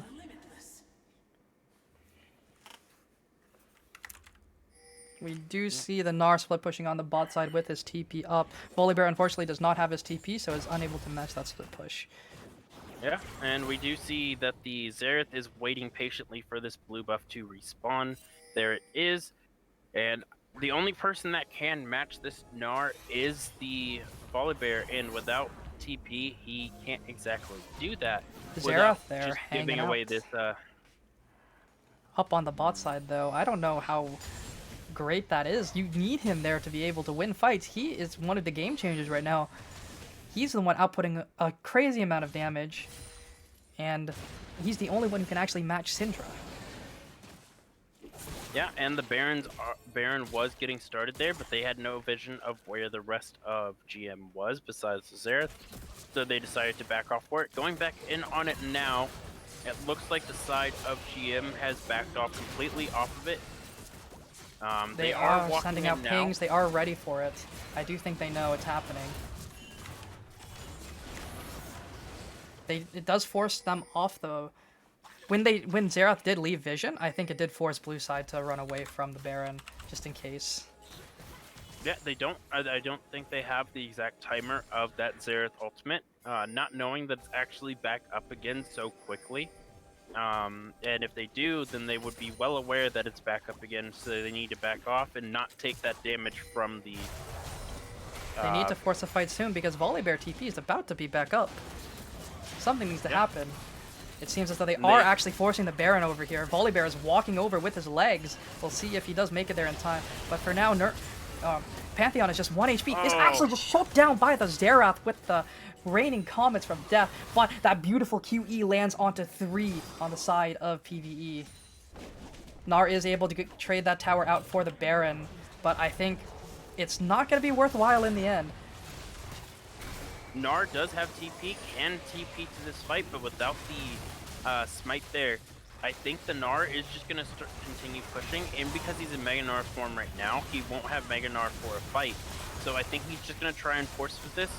Yep, PvE is going to allow this to go. Another Baron over to red side. This is the second one of the game already, and it's both of them have gone over to Godmade. Funnily enough, considering the gold lead is still in favor of PvE. Executioner's picked up for the Kayn as well. He's stopping that Samira in her tracks. Yeah, Samira going ahead and picking up the Collector there, probably looking for, has the Executioner's calling already, and is probably looking for the Bloodthirster, I believe is the next item that she usually goes for there. We see the GA coming out from Kai'Sa with that stopwatch sitting in her inventory. We'll see what she can either opt for the Zonias or for the GA, but I think GA is probably a little bit better here. But this game is very close. We're wide reaching that 1K. 35-minute mark, and it is on a knife's edge. The only saving grace for PvE is they have a flying cow that has taken about 35% of his health from the Kai'Sa. Mr. Freaks over here with his fully built death cap here, looking very scary, but we might see a fight here soon. Flashing onto the same page here. Same page might just be dead here, but the Zonias is able to keep him alive for now. Raining fire from above. Here comes the Xerath. Almost killing K-God K, but he is still alive. Lunar Effect is wreaking havoc on the front line and the back line at the same time. Down goes Vapist. Can of Tin is going down too. That is going to be infernal for the side of GM. It looks like they're actually going to send people to push the bot side to try and Use their Baron buff. use their Baron buff at the same time. This isn't going to be soul for them. It is going to be soul point. And this game just gets extended even longer as we are now on 3 dragons each. This is very scary for the side of PvE. I do think they get outscaled as a comp. Samira does not do nearly as much as Kai'Sa in a team fight. Volibear is just a better tank than Gnar, and Kayn is just a better drain tank than Pantheon. It's getting very scary, but they're saving Grace Syndra. It's just unable to do her damage when she's constantly getting dove by the Kayn, by the Volibear. incredibly difficult for her to play it out. Even though they almost eliminated Sage Page right off the bat, it was just not even close. And because of that fight, I'm pretty sure that the Kaisa has answered your question and will probably go for Zanya's Hourglass here. Yeah. Because that stopwatch definitely saved her life there, and if it was a GA, that would not have happened. She would have just died right away. She would have been bursted down before she could even have moved. Yes. It was a good look from the Pantheon. Unfortunately, though, not able to make it. That Xerath was just able to sit super far back from the fight, not even getting touched at all. Just able to stay squeaky clean and able to dish out that hellfire from above. Backing on a and it does ward. end up being the Zanyas I- or the Kaisa there. I think that's very smart considering they have triple 80 threats on the team with the Pantheon, with the Gnar, with the Samira. Having that extra armor, one of the most gold efficient items in the game, sitting at 2,500, 45 armor, crazy item. Yeah, I mean, she could still opt in for the GA and then just becomes absolutely unkillable. But I highly doubt she goes that route. The Samira has, however, finished the Bloodthirster. She did not have it in that previous fight before. We do see the Chempunk Chainsword, or the Chipmunk Sword, as people love to refer to it as, coming out from Mr. Lunar Effect, which will stop that healing on a dime. But here comes Pantheon engaging onto the Xerath and the Kaisa, but they're just able to run away. They just stun them up. Pantheon might just die here, but is able to stay alive with the Aegis Assault. Pantheon, or Alistar flashing onto the Kaisa, but unable to do anything there. Kaisa stopwatches, saves her life once again. She's able to run into the backline, but might have just overstepped her bounds. Volibear diving onto the backline. Esmond forced the stopwatch here in the middle of 4, and he is just dead. Unable to do anything with that Grievous once applied. Yeah, and that might just be the end of the game for PvE there. Might just be a death march here. Yeah, they're walking down. They have a full wave of minions, and all that's left up is the Gnar not being fully stacked. He is stacking with his Q, though. Trying to kill as many of those minions with his Q as he possibly can. I think he has to die for the wave. If he wants to do anything, he has to die for the wave. He can't let that wave touch the Nexus Towers at all. Pantheon is up in 3 seconds, though, but I don't think that's going to be much of a difference maker. I think they're just going to end the game here. Gnar does land a 4-man, but... oh, that Sterak's shield is gigantic. Pantheon jumping onto the Xerath, though. But unfortunately, it doesn't mean enough. Just aren't able to do anything. They did manage to get rid of the minions, but there is another wave here already. He needed to pull the trigger earlier. But Alistar jumping onto Kaisa, unable to do anything there, though. And everyone is just dying on the side of both teams. Lunar Effect able to live at 1 HP. And Esmond, once again, is just soloed out by the Kayn. Lunar Effect just making easy work of their entire team. There have been so many difference makers this game, and it's pretty crazy. Overall, though, well played from both teams. That was a 40-minute slugfest. We had 52 kills in that game. Oh, man. Oh yeah, if you don't mind, just quickly send me a screenshot of these stats, real quick. Oh, did your thing mess up? Yes, unfortunately. So we will have those to be pulled up pretty soon. But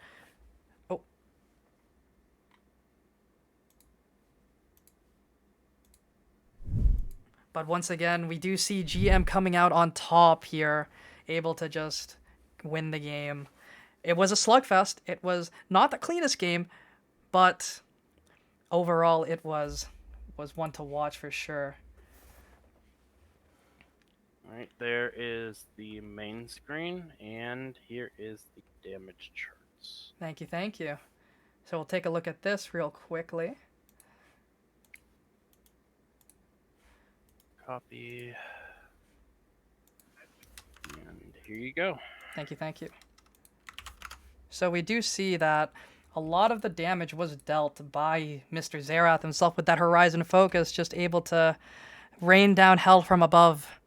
Made it super difficult for any member of the team to walk up.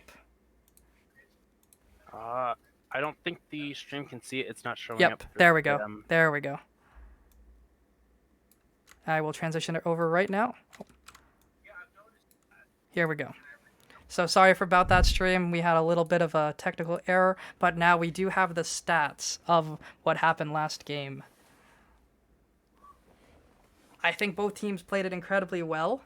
PV, unfortunately, were not able to close it out when they did have their lead. They were in control for most of the game, unfortunately, just not able to close it out. Now, before we do send it to break, we will open up our player of the game poll. So, hopefully, you guys will choose someone who is deserving of it. And I think almost every member from both sides was very deserving of it. Unfortunately, it was not PvE who were able to win out on the day. So, I'll send it off to a quick break. See you guys in a few minutes. Take care.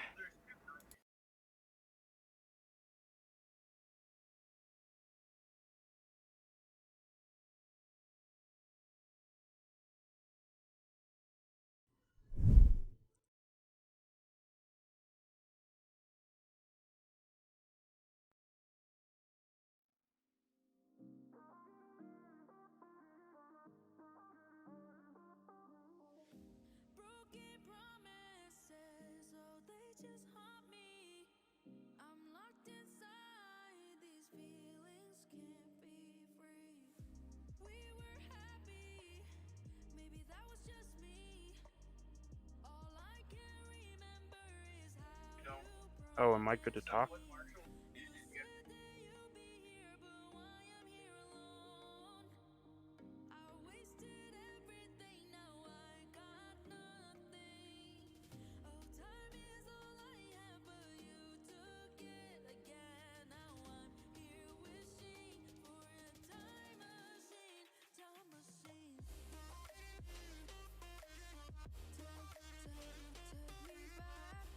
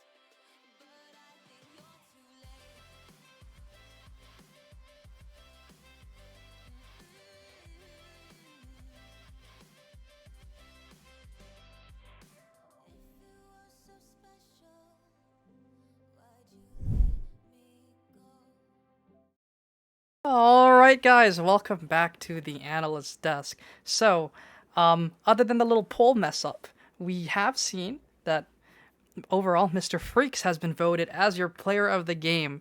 Now, I do think that he had some amazing plays with that Xerath, able to keep his distance. His positioning was phenomenal throughout most of the game. I don't know what to say. He just played everything out very well. I definitely think it was deserved as player of the game. His Xerath play was just unmatched, just like last week. He pulled out the champion. We weren't expecting it to do very well. We were proven wrong time and time again, especially today, where he popped off, made sure his team stayed in the game, and what can I say? He played it well. Any comments, Dream?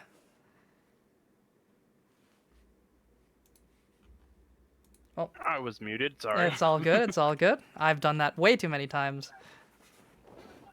And I think I've been here a few times for that. No, I think it was compared to the first game. That game was a lot closer and does show that the side of PvE does have answers for what GM wanted to do. They just, I think they just got outscaled. Was how it shook down at the very Yeah. end of that. It was just a scaling difference. I do think it think was that's all it was. They took too long to end the game, and then they got outscaled. The sneak Baron definitely did not help, and them losing that fight and having to give up that second Baron also did not help there either.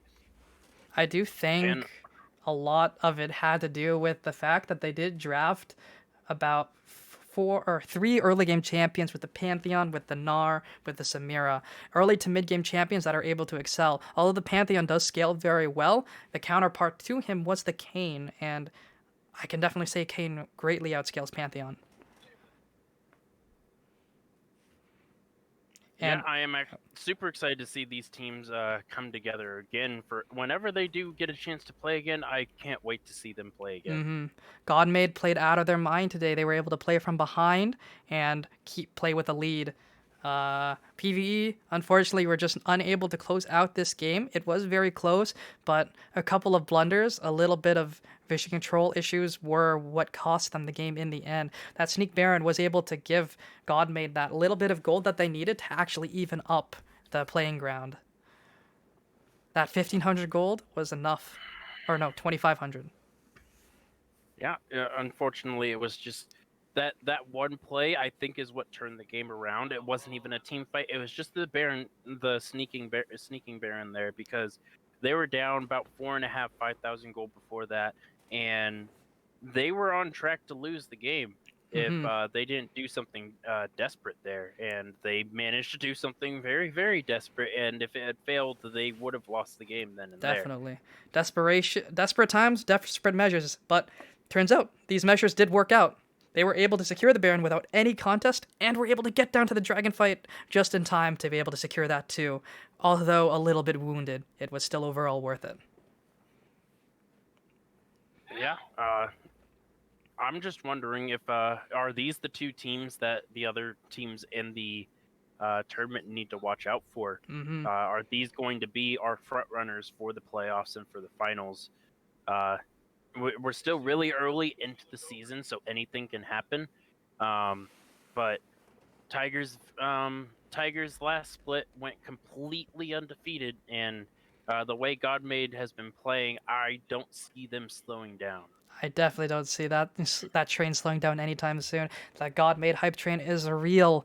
PvE did put up a good fight, but unfortunately we're not able to close it out. And like you said, it was a very big scaling issue. But they did do their jobs of being ahead throughout the entire early game. It was just they weren't able to do enough damage in the late game. They can't kill the Volibear. They can't kill the Kayn. With a Nami being able to keep everyone alive with her heals, and Xerath being left relatively untouched throughout every team fight, it's very hard to play out. I think vision control would have been very important to make sure that Xerath had no place he could sit without being contested by the dive from like a Gnar or the Alistar. Every time the Alistar was able to land a flash engage, it was usually on the Kai'Sa and the Kayn, or Kai'Sa volley, something along those lines. The Xerath was able to do what he wanted, be able to stay super far away in the backline and just rain comets from above, be able to output his damage from a safe place. think it was very hard to punish. They just didn't have the range. Other than that Pantheon R, they don't really have a way onto that, onto the Xerath. And even if the Pantheon is able to get onto him, he still has a Nami to get through, a Volibear, a Kayn, and even a Kai'Sa. It's just incredibly hard for them to play it out if they are allowed to get to the point of 3 to 4 items. Yeah, it's a very tough loss for that second game for the side PvE, but they need to take heart, know that they were definitely on the cusp of taking that game and forcing a game 3, and they just need to come back next week even better than before. I think they just need to clean up their play, be able to keep their leads ahead. I think, like those big rotations that they did have in the bot lane from Godmade, I think they could take a little page out of that book with those 4-man dives. They did that in game 2, but unfortunately they were only able to convert for 1 kill, and it was a trade kill at that. So they maybe clean up a little bit of gameplay, clean up a couple dives, maybe clear comms could help with that, figure out who needs to tank, and other than that, just a little bit better execution, I think, could have changed the day. Could have given that Samira a little bit more of a lead that she needed. She was always ahead of the Kai'Sa, but she was never super far ahead to the point where it was unplayable. And I think as Samira, you need to be at that point where no one can stand up to you. You have to be almost like a bruiser to be able to do what you want as Samira, because she may have been ahead, but she wasn't far enough ahead that she could duel the Kayn, deal with the Volibear, or survive the damage of the Xerath. Yeah, 100%. Just a unfortunate series of events there. Is really that Baron that, like we've been saying over and over again, it was really just that Baron sneak that really just turned the game on its head, unfortunately. I think it could have been a little bit of mental edge too after that sneaky Baron. It was hard to, I guess, other than vision control, I think they didn't really have track of where most of the blue side or red side was. Godmade were the entire game, because they weren't able to track jungler or track, I guess, rotations from the rest of the team members. They didn't really have vision or weren't able to predict where Godmade would be throughout most of the game. Godmade were able to find those picks, and I think if they were able to control vision a little bit better with the Alistar, maybe walking up as a duo into the enemy jungle throughout most of the mid game. I think mid game is where vision was very lacking. Late game too, but at late game it's very hard to set up without just getting one shot, because Alistar may be tanky, but into champions like a Kayn or a Kai'Sa, he's just very squishy. His max health gets shredded by both of those champions. Yeah, definitely. I do actually have to get going here though, so For sure. I will send it off. Thank you guys for joining us. Thanks for joining me, Mr. Dream. And this is Salt Spreader. I'm signing off, guys. Have a good night. Take care.